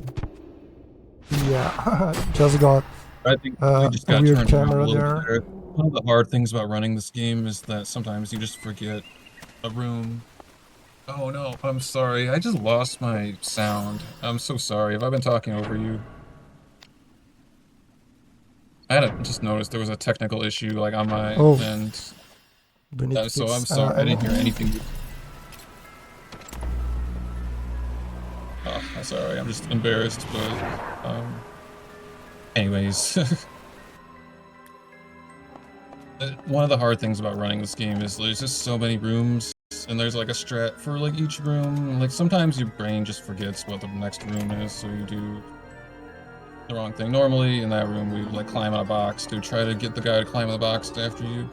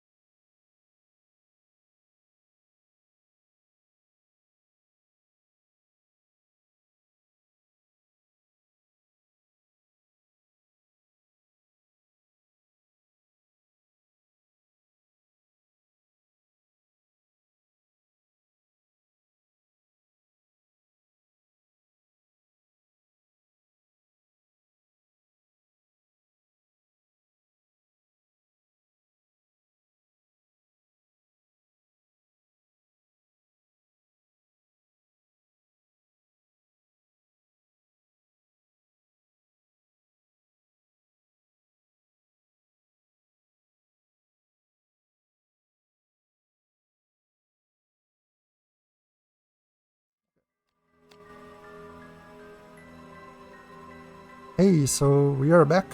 Sorry for that little technical issue. But yeah, we are ready to go back to the run. I apologize. So, JD, you can take the lead here again. Yeah, sorry about that again. But right now, this is just the part I kind of talked about a little earlier that we're just teleporting around to some different locations. We need sigils to, you might want to take it. Yeah, you got it. I was gonna say, I usually heal in that spot, it's because we're not spawn manipulating anymore, but yeah, so we need to get sigils to unlock doors in the next dungeon. And it's kind of timed out in such a way that we're managing our MP right now. Unfortunately, we have to go through another one of these rooms. Which, yeah, it's kind of I think that sound effect, was a little bit in poor taste, but is kind of one of the things we have to deal with. So sorry about that. But anyways, so we're going in, and there's only one more of those in the game, I promise. So when we go back out, so we're running into this area of the Undercity, which is kind of sectioned off by itself. The strat for that room, if we keep running, the Lich will not get us. So that's one of the rooms that's 100% consistent. You can just run to the door. And in this room is pretty rude, because we have to tank damage from a trap. It's just what we have to do. There's a lot of floor traps in this game, and sometimes you can disarm them with stepping on a tile, but for this room, we just tank the damage and then we heal up. But this is the last leg of our fetch quest journey, and we've got like a kind of a boss, mini boss. It's kind of in between. Like, I don't think of it officially as a boss because they don't give you a stat reel, but there are two of the people that are working for one of the antagonists are gonna approach us here. I think I was on the wrong room, but it's fine. I'm right. Oh yeah, you're good. Yeah, the enemies are gone on the way back. The game is really confusing because there's a lot of backtracking, so it's pretty easy to get lost here. Oh yeah, this game definitely kind of has like an NES Metroid thing going on sometimes, where they copy and paste the same hallway. It gets kind of easy to get turned around in some cases. All right, so these two guys, well, guy and a girl, Misa and Tiger. For whatever reason, you only have to kill one of them. So we attack the one that has less defense, and we hit her in the arm, and eventually they just stop fighting. They're not dead, but they just give up. And they go away. Missed one hit.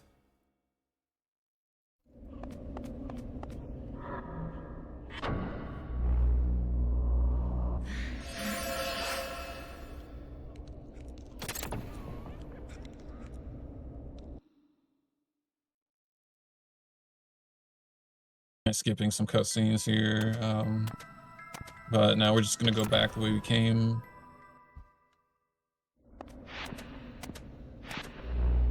That was good movement. Yeah, that's about as far as you can get before this guy gets in action. So it's possible to get through these rooms with only one action from the enemy.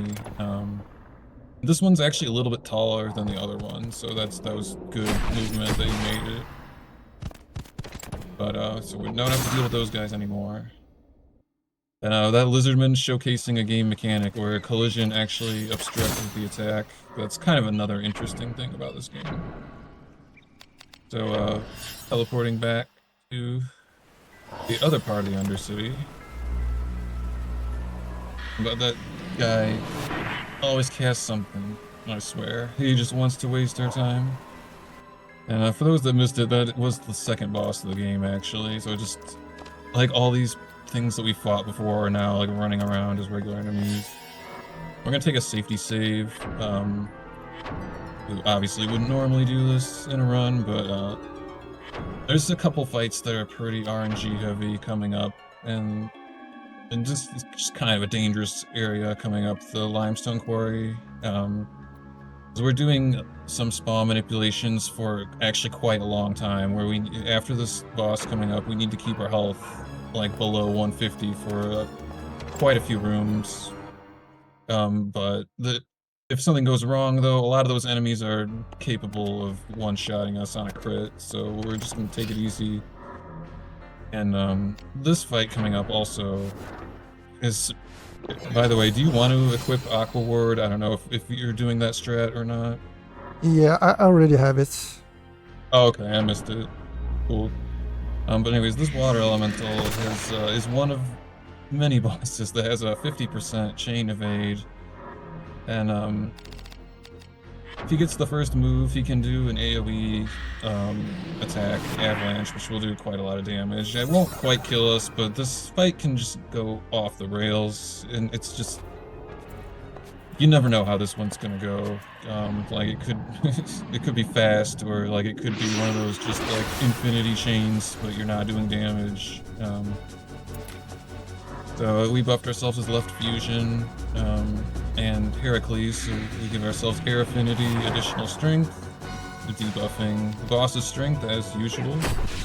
And we're first targeting the head because if things go wrong, we're at least disabling the boss's most powerful attack, in theory, assuming we do enough damage. And as you can see, like that we talked about a little bit earlier, Crimson Pain, recoil, depending on which chain hits, because we're alternating heavy shot and Crimson Pain. Nice defense, by the way. Depending on which of those hits, we could be doing quite a lot of damage to ourselves, but we obviously can't control which ones are getting and missing.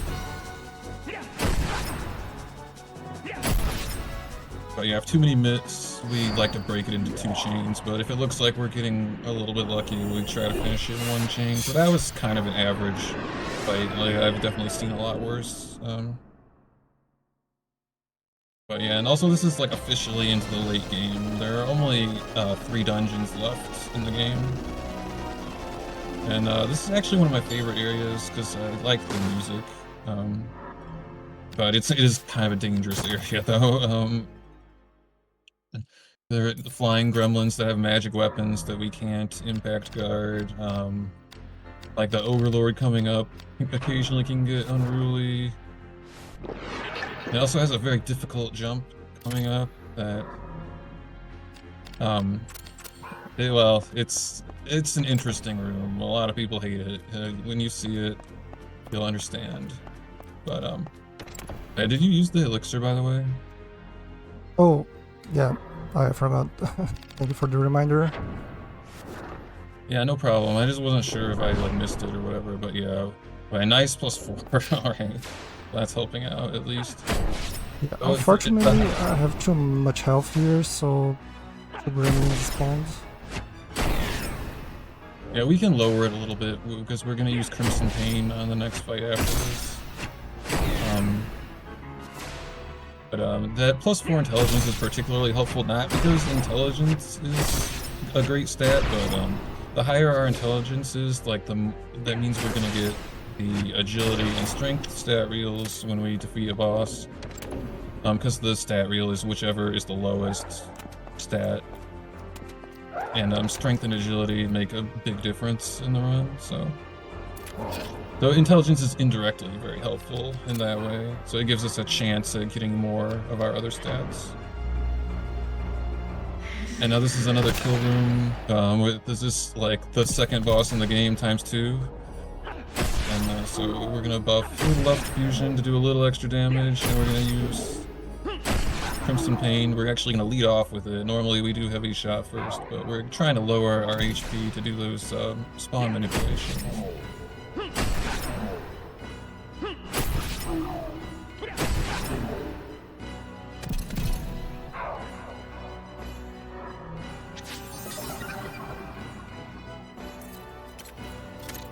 Alright, and yeah, as you can see, we're getting break arts that are not used in the speedrun, but I think in casual playthroughs, people like them.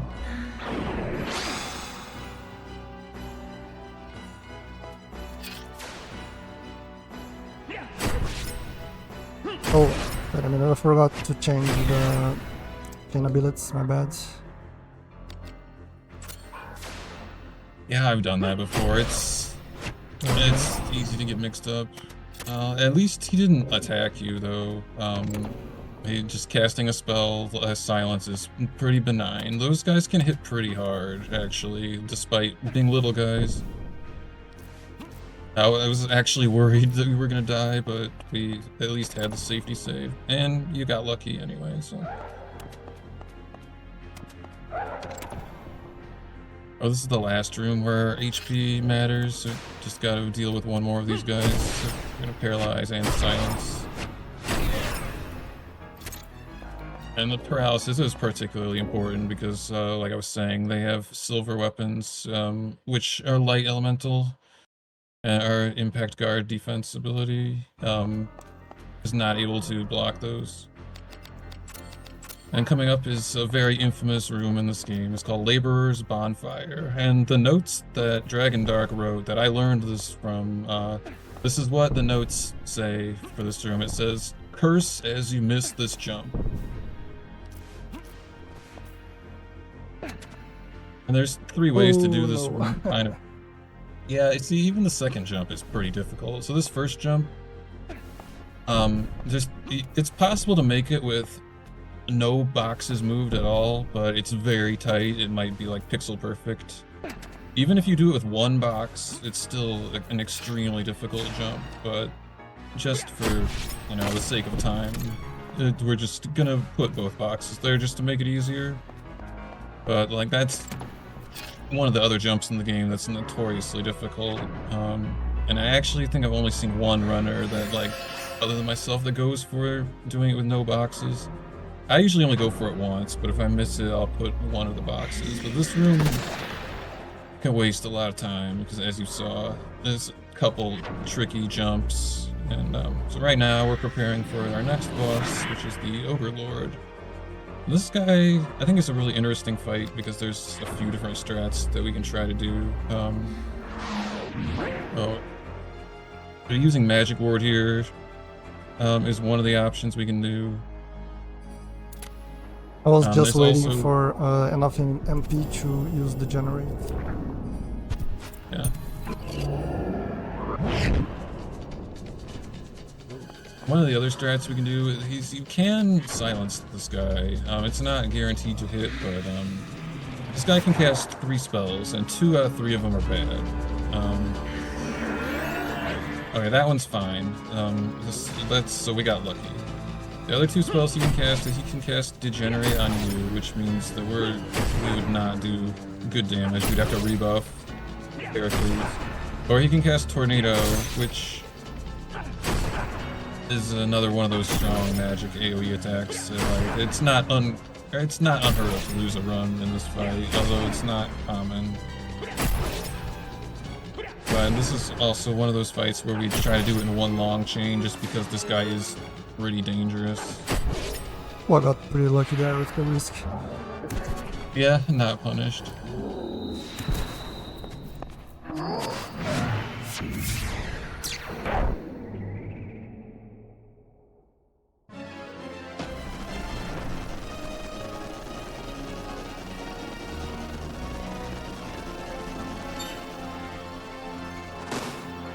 Nice.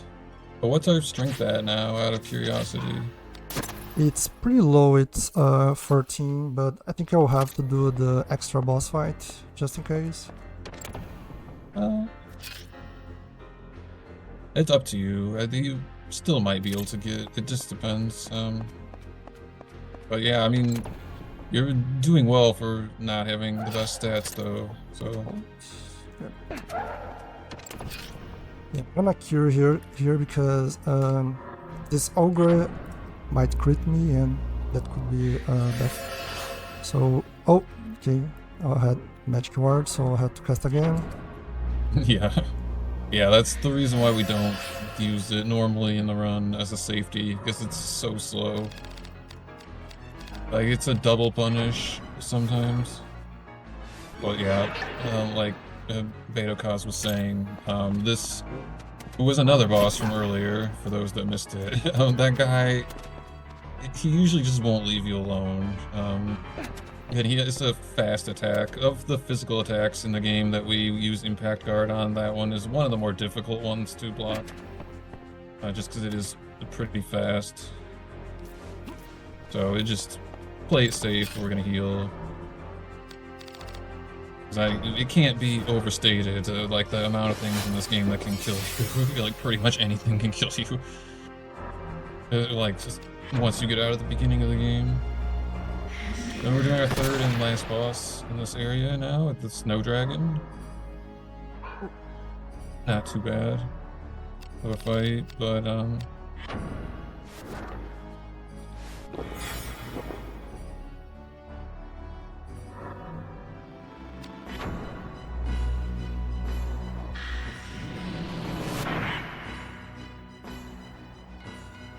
and we're taking a little extra time, more than we normally would, because using magic ward as a safety uses a lot of our MP and stuff, so I'm just being extra safe.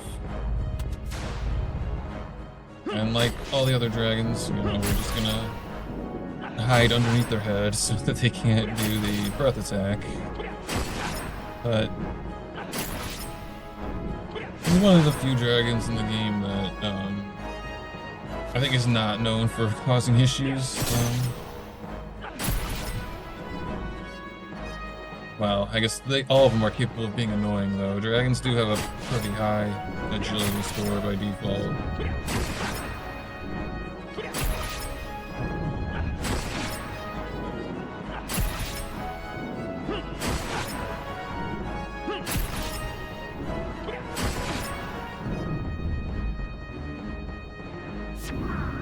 And it's worth mentioning that, you know, what BetoKos said his strength was pretty low. Like, for a speedrun setting, is what he was saying. Our strength is still more than it would be in a casual playthrough, which is helping us, you know, do, like, decent damage to these bosses. Nice, +3 there.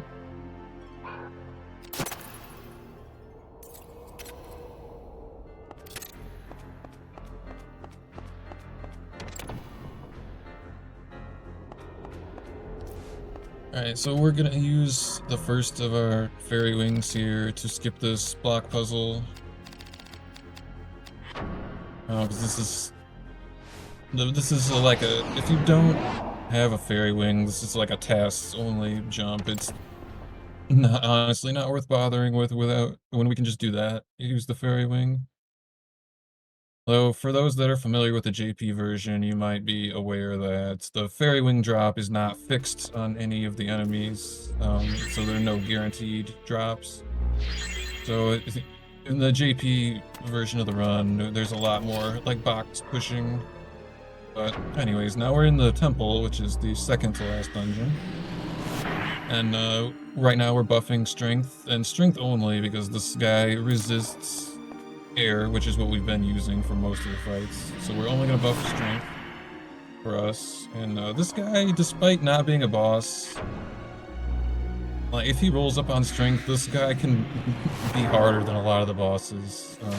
Because he always, if you let him get an attack, he hits pretty hard. He always tries to buff himself or debuff you, and he just sometimes, like I said, he has a lot of HP, and if his strength rolls up, like, I don't know, I came in this room with like 20 strength and done like 15 chains on him, and it like wasn't enough. So it's just one of the RNG elements of this game that if an enemy has high strength, you do less damage, and that was good though. It's kind of rare to get to, or like, we just got 3 actions in a row actually, because we cast the spell, then we did 2 sets of chains. So that the enemy had like very poor ATB. Which was good for us. Then there's this room, which is, unfortunately, there's no known way to skip this puzzle. And I don't remember off the top of my head how long it takes, but yeah, it's pretty slow. Rando 360.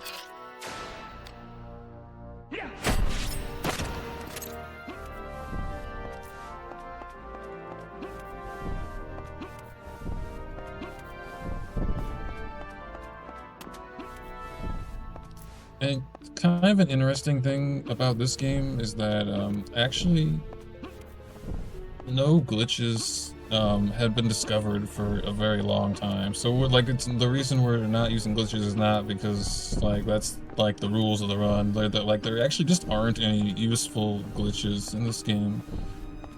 Like it was very recently discovered last year that there are a couple spots where you can clip out of bounds, but it's once you do, it's an immediate soft lock. There, so like, despite this game being 25 years old, like the glitch hunters have been unable to break the game in a useful way for a speedrun setting. It's kind of interesting. The collision is like super robust. Like people that have played this before know that Ashley likes to get stuck on corners and things like that. Like it's a very resilient game.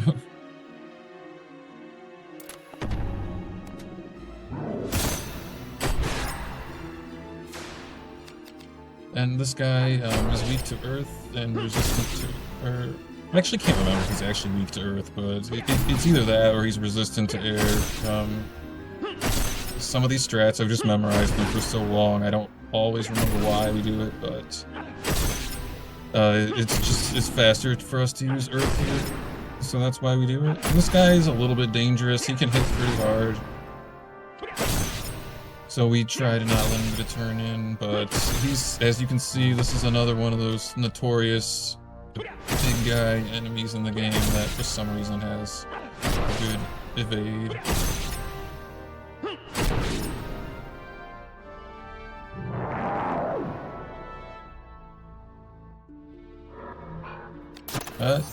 Safe though.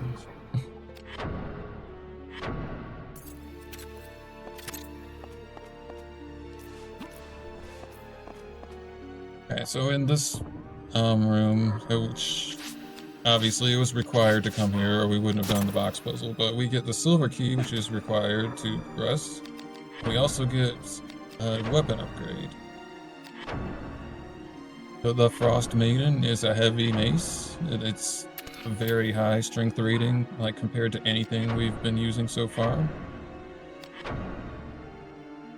So we've disassembled our katana, and we're gonna put our Braveheart gem in, which again gives us that 10% accuracy boost. And the Jin Amber increases our air affinity. And since we've been using air on most everything, that is just helps us do more damage. And we're setting instill because the next fight, we're gonna use that to increase our phantom points. Since the weapon's not been used before, we need to build that up to do extra damage.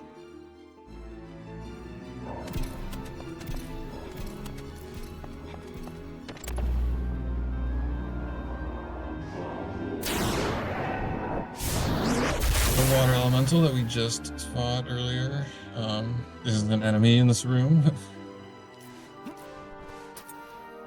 You can see, like, there's just a little bit of a punish for like a movement mistake, and that's no slight on BetoKos. Like, good movement in this game is not straightforward. Oh, here we're gonna use another fairy wing to not just to skip this puzzle, but there's actually a puzzle on the other side of this wall that we're gonna skip as well. And just a reminder, I would heal as soon as you enter this next room, just as a safety. Because I've died in this room before. These gremlins can crit for upwards of like 170 damage, and we can't block it. Yeah, they're pretty scary indeed. But the reason why we enter the room first and then heal is because, again, spawn manipulations. There would have been an air elemental as well, and the less enemies in the way, the less people taking actions is better for us in a speedrun. So I'm just trying to get through if they'll let us.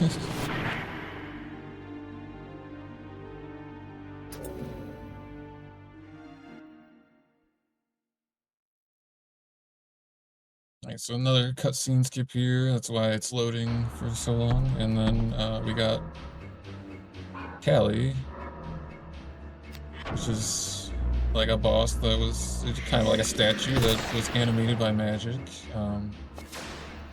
And specifically, the top left arm is weak to air, so we're gonna target that, and we're gonna do instill to, like I said, get those phantom points, and then chain as normal, and that's pretty unfortunate that that happened, but anything has a chance to. Which is pretty bad. No, it happens. So, like, one of the awkward things about speedrunning this game is that the chain timing for weapons is like you get used to the one you've been using for a while, and when you switch weapons, like that's one of the things that's difficult. It takes a lot of experience to get used to. Is just right away having like a solid timing with your new weapon. So it's understandable to make a mistake there. It happens, but anyway, not dead, so we're moving on.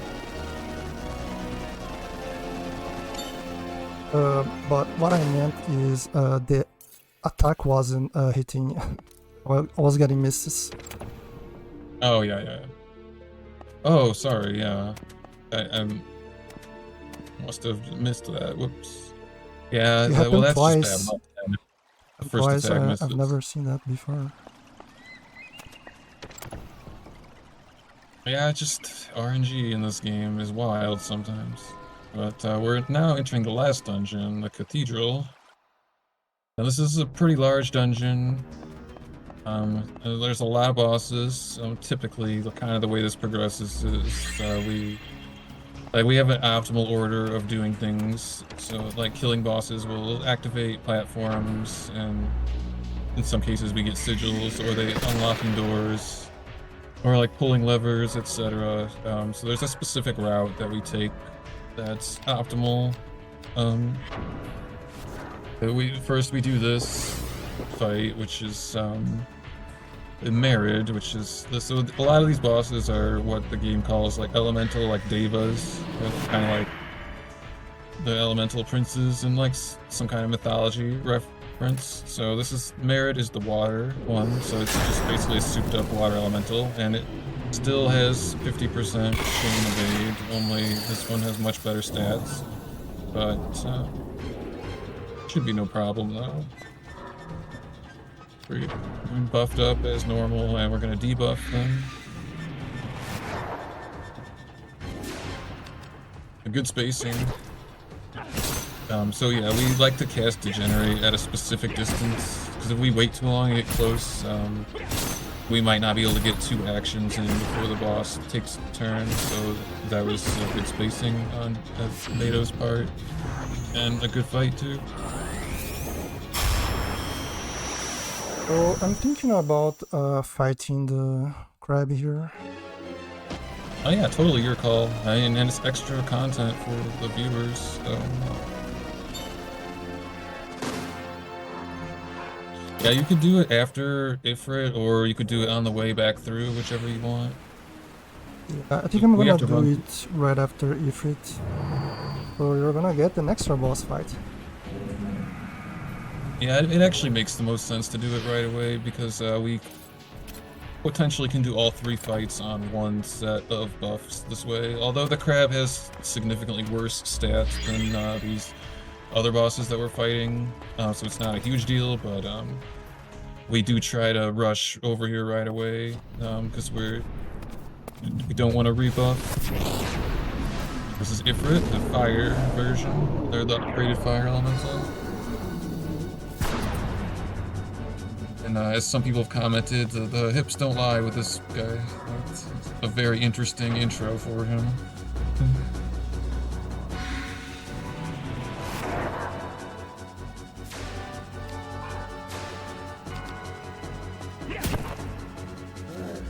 Okay, missed the first chain. Let's find us. Yeah, if you're full health, he shouldn't be able to one-shot you. Yeah, he missed a few attacks.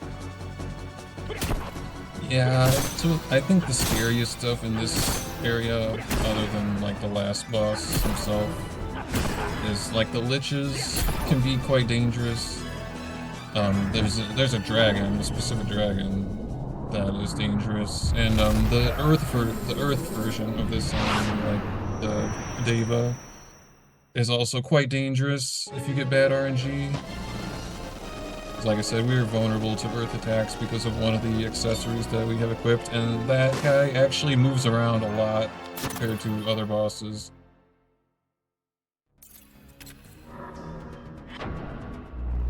So... Oh, let's do it. The DLC boss fights that we don't normally see on any percent, but this boss fight has two very important drops that can raise my strength. So we're gonna do that for safety. Look at that intro, so cool. That is nice, he just sneaks up on me, yeah.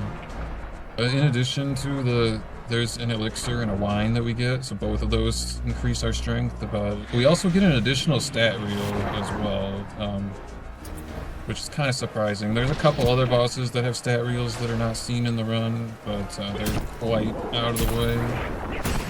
Like the two in the abandoned mines that I was talking about earlier. It's just not a fun area to go through, and fighting two bosses is slower than fighting one with the path that we took.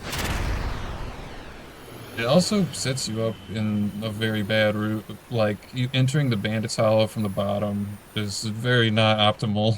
It makes the room, it's already a difficult room, and that would make it worse. So, anyway, we get our Valen's wine and Elixir of Kings. And it opens a shortcut that we're not going to use because we don't need it, but... Yeah, so that is actually the second of 3 crabs in the game. Only one is normally seen in the speedrun, though. New Game Plus has a crab on the other side of the forest, if anyone, was curious about that. So they do like to reuse their enemy types in this. Nice. And I get a +4 here. Okay, it's fine. Yeah, that's still a big boost, though. Yeah, +4 on strength, it's pretty good.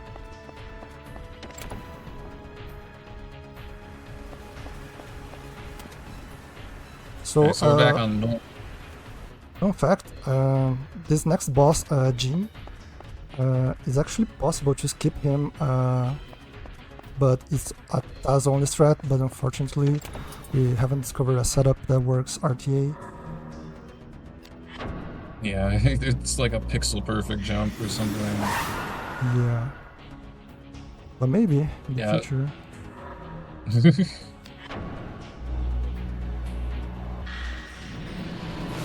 Yeah, so killing this boss activates a separate platform that we actually need. I mean, the reason the task skips is because of that jump that we were discussing. This is the Air Prince, Air Deva. And the air enemies are not too dangerous to us because, like I said, of the accessory that we have equipped. But, we still, take precautions, and we buff Earth, so we do good damage.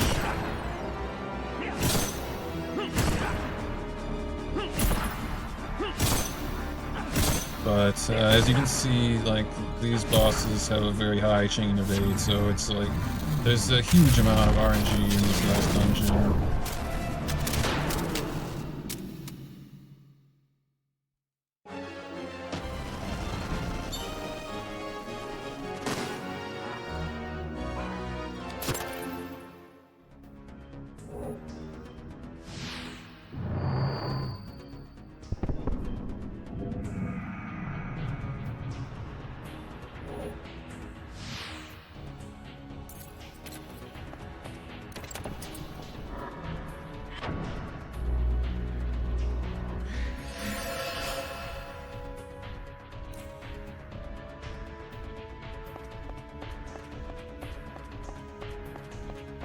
Alright, so, well, like I said, we're just continuing into the dungeon. There's a specific order that we do things. We'll keep going up for now. We're gonna go back down and then back up again. At this point in the game, it's kind of interesting though that the dragons have been demoted, kind of. They're not officially bosses anymore, so we're gonna fight the flame dragon in here. And it's just a kill room. He's not officially a boss. This is another one of those rooms we're gonna pass through a couple times.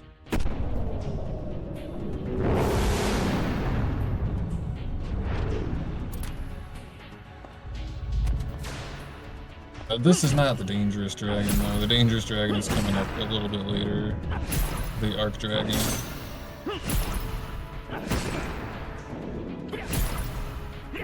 Like, for whatever reason, I think it's just like spacing and room related. Like, some dragons just have less potential to cause problems than others.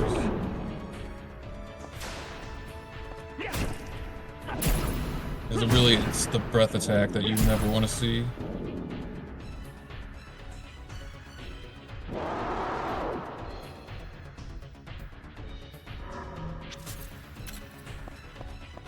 Oh, and yeah, to answer a question in chat, the chain timing definitely takes practice. It's a different timing for different abilities and different timing for different weapons, and I should have actually mentioned this earlier, but the longer the chain goes on, the lower the frame window is, and it goes down to 1 frame.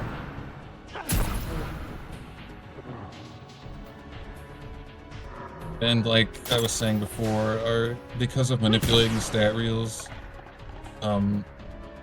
even if you don't hit all of them or like miss several of them, you'll still end up having way better stats than in a casual playthrough. So that's why it's one of the skills that we practice for the speedrun. Just trying to hit as many +3 as possible. The world record hits all of them. My PB missed 3 or 4 of them. I don't remember off the top of my head, but I'd say you can miss about maybe 6 or 7, depending on RNG of the elixirs, and still end up with good stats. But even if you miss like half of them, you still would have higher stats than a casual playthrough. Which we're really counting on that because, as someone else mentioned in chat earlier, one of the like classic experiences of this game for a casual playthrough is not being able to damage the last boss. You just don't have enough strength. There are certain setups, like for us, our usual strat just happens to work because of how decent our strength is. We're gonna buff strength on ourselves and increase our air affinity, and depending on how much strength you have, it should ideally, well, we'll see when we get there, but it's definitely not unheard of for people to have trouble damaging bosses in this, or specifically the last boss, especially in this game. Okay, now we're going back, because we are going back through the way we came before, but one of the doors was not unlocked before we did a fight, so that's why we couldn't come this way the first time.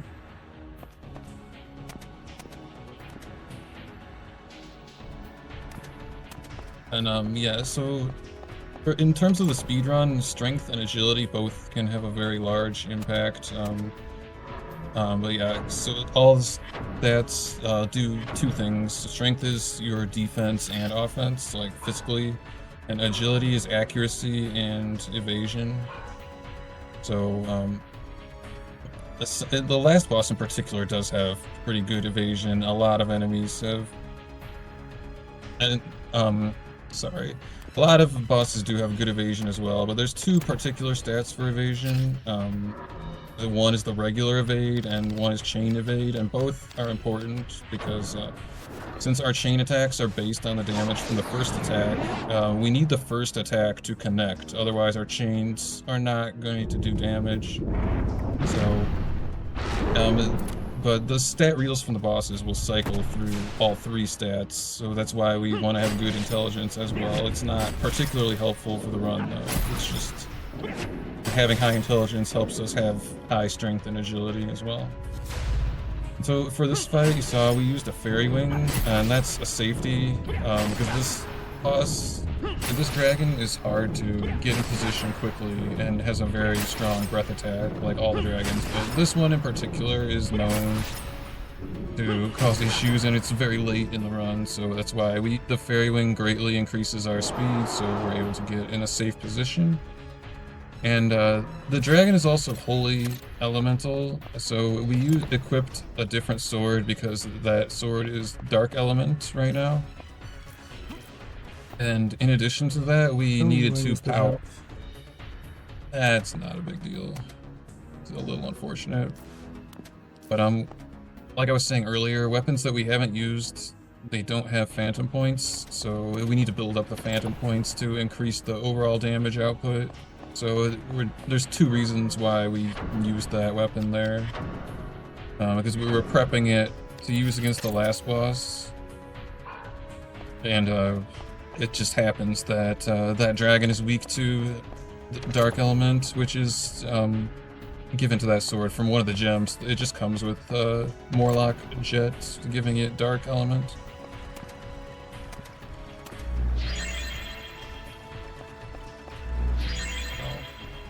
Definitely using our free heal on the way back through, because we like to use those heal panels whenever, just because it's so much faster than healing manually.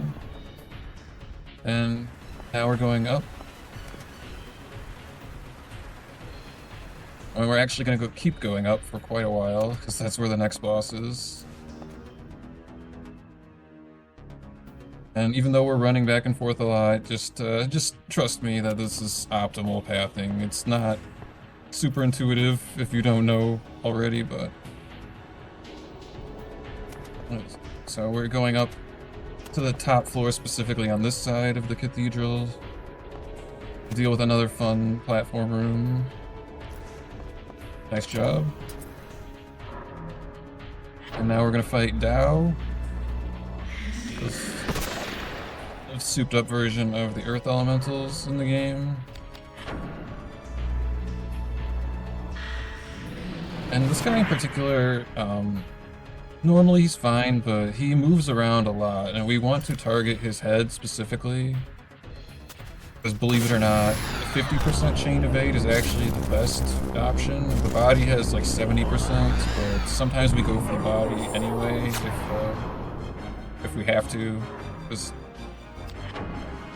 yeah, this guy likes to run away a lot, and he casts very powerful earth spells, which once again are dangerous to us because of an accessory overrun. But that's the weaker of the two that he could have cast, so that's at least somewhat fortunate for us. Nice crit, that is making up some time. I ended the 3 hits, that's pretty good.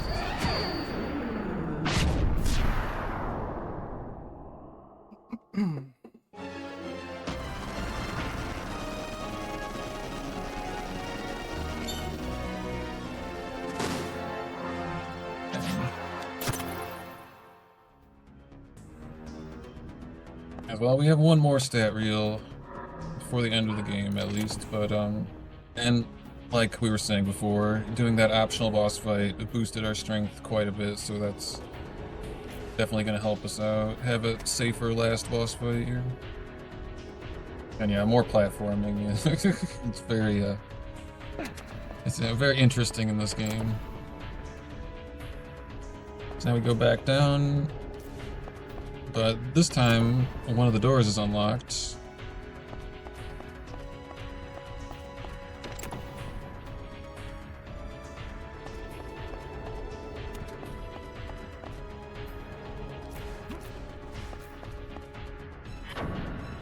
Nice job. That's kind of a deceptively hard jump as well.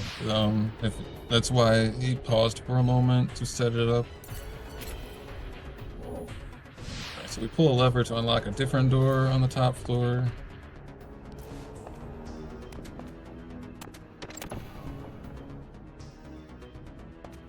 And in this room coming up, we're going to use our last fairy wing to skip another box puzzle. This one doesn't take that long to do, but there's no reason not to skip it if we have the option. Well, this jump is kind of difficult even with the Fairy Wing, because this is one of those ledges that likes to eat your input.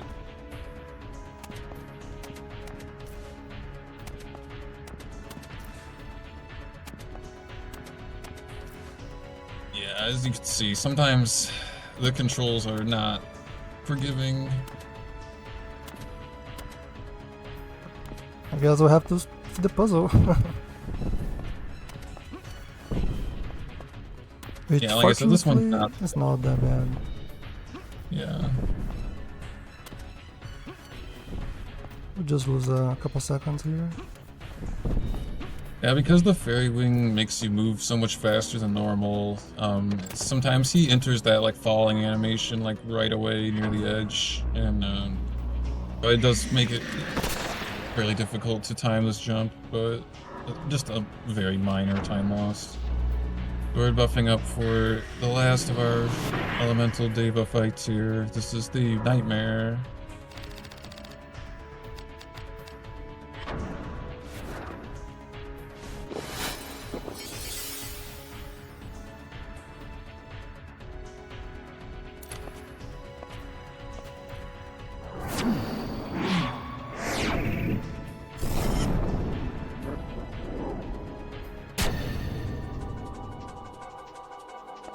Does a very polite bow for us.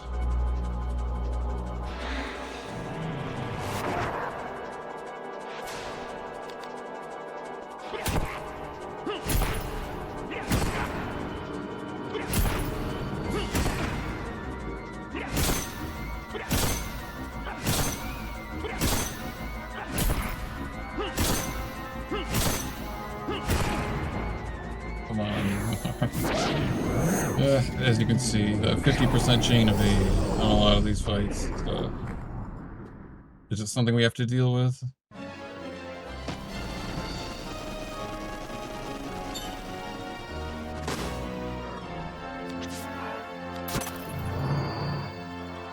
Also, our last +3. And we also have an agility elixir we can use. Kind of been debated whether it's worth the animation. I personally would use it unless I had like extremely good stats. It just kind of gives peace of mind. You want as much accuracy as possible for the last boss. And so right now, we're going to disassemble the mace we've been using because we want the gems out of it. We're going to put them in the sword that we prepped earlier against the dragon. And again, for those that are coming in late, the way this game works is we want to build up phantom points on a weapon because it's part of the damage calculation. So we did that earlier against the dragon with the sword. And now we're going to put the Jin Amber in it to give us air affinity. And when we use that in combination with our buff spell that we've been using to increase the air affinity farther, it increases our damage output.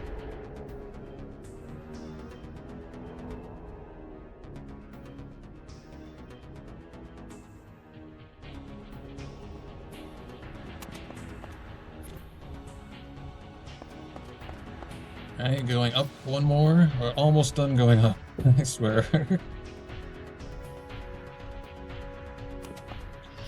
We are going to take a safety save for the last boss. Even though we have Magic Ward, the last boss still is a pretty RNG heavy fight, and it has a very powerful attack that is not blockable by Magic Ward or anything. It's basically a, hey, you took too long, or just I'm angry now, and the boss can just kill you if he decides to. It's just the way the game is. So we're going to save just to make sure that everything goes smoothly. But there's actually two forms to this last boss. So the first form is just kind of whatever, and then the second form is really the one that is a difficult fight. We do our usual Heracles strength up, the left fusion, like I was saying. I cast Magic Ward, so that will block most of the magic that's coming at us, or hopefully all of it. Hopefully we don't see the bad attack. It's kind of rare, but it's just worth mentioning as a point of fact. Then we definitely want to go in with full HP and MP because we're dealing damage to ourselves constantly with Crimson Pain.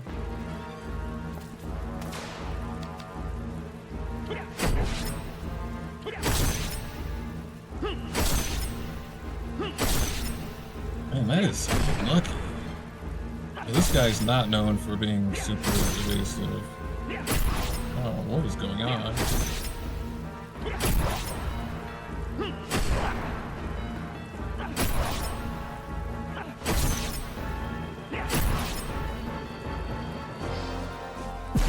Well, nice job. Yeah, I don't think I've ever seen this guy take 13 chains before, but good job on not dropping the chain though. As I was saying earlier, the frame window reduces like the longer the chain is, like especially after 8. After 8, it gets particularly difficult to keep chaining.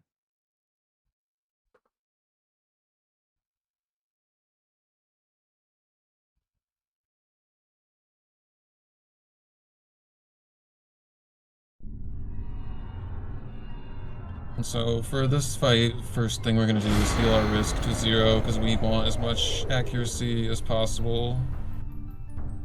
So the previous fight did not cast a spell, which is good, which our magic ward is still up. We don't have to worry about that.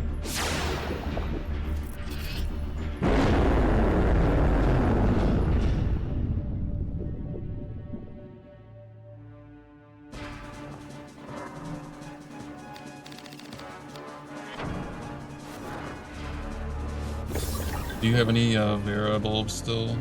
Yeah, I think so. Last one. Yeah. Clutch. Calculated.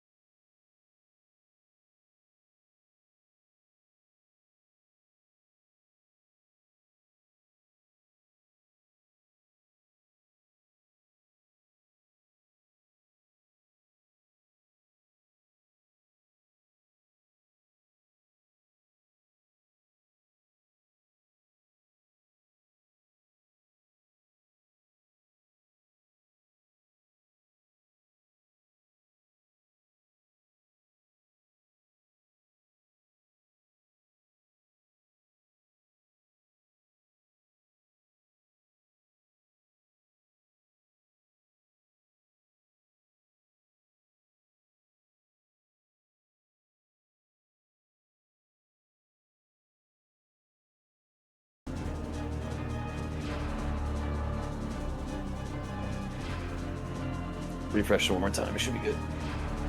Oh, right. Okay, so we are back. Okay, I just paused the fight for you guys to see the end, so we keep doing the chains. Yeah, I'm sorry for the technical difficulties. I was saying wasn't talking because I didn't know what strat we were going for. This guy has such high strength, which again serves as physical defense, that it's quite difficult to do one long chain to finish this guy unless you have like very pristine stats. And it's RNG how many times we need to take a shot at him before he flies away each time. He might do this super move. Or maybe not. Oh, that is really unfortunate. You lost the buff like 1 frame before it let you target him again. He's probably dying soon, I think.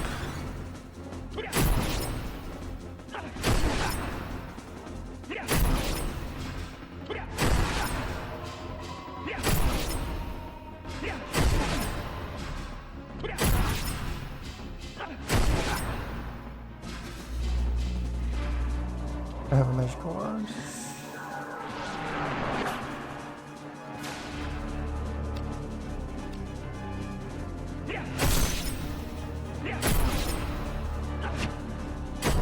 Oh, I don't have Raging Ache. That was bad. If he runs away, you might want to just heal up. Oh, I would. Man, that's bad luck.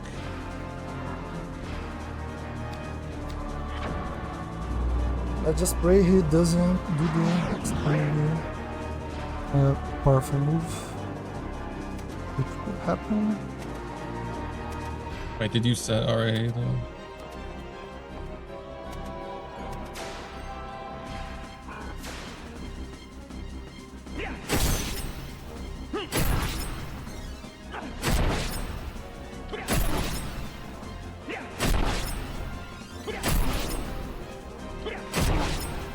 Okay.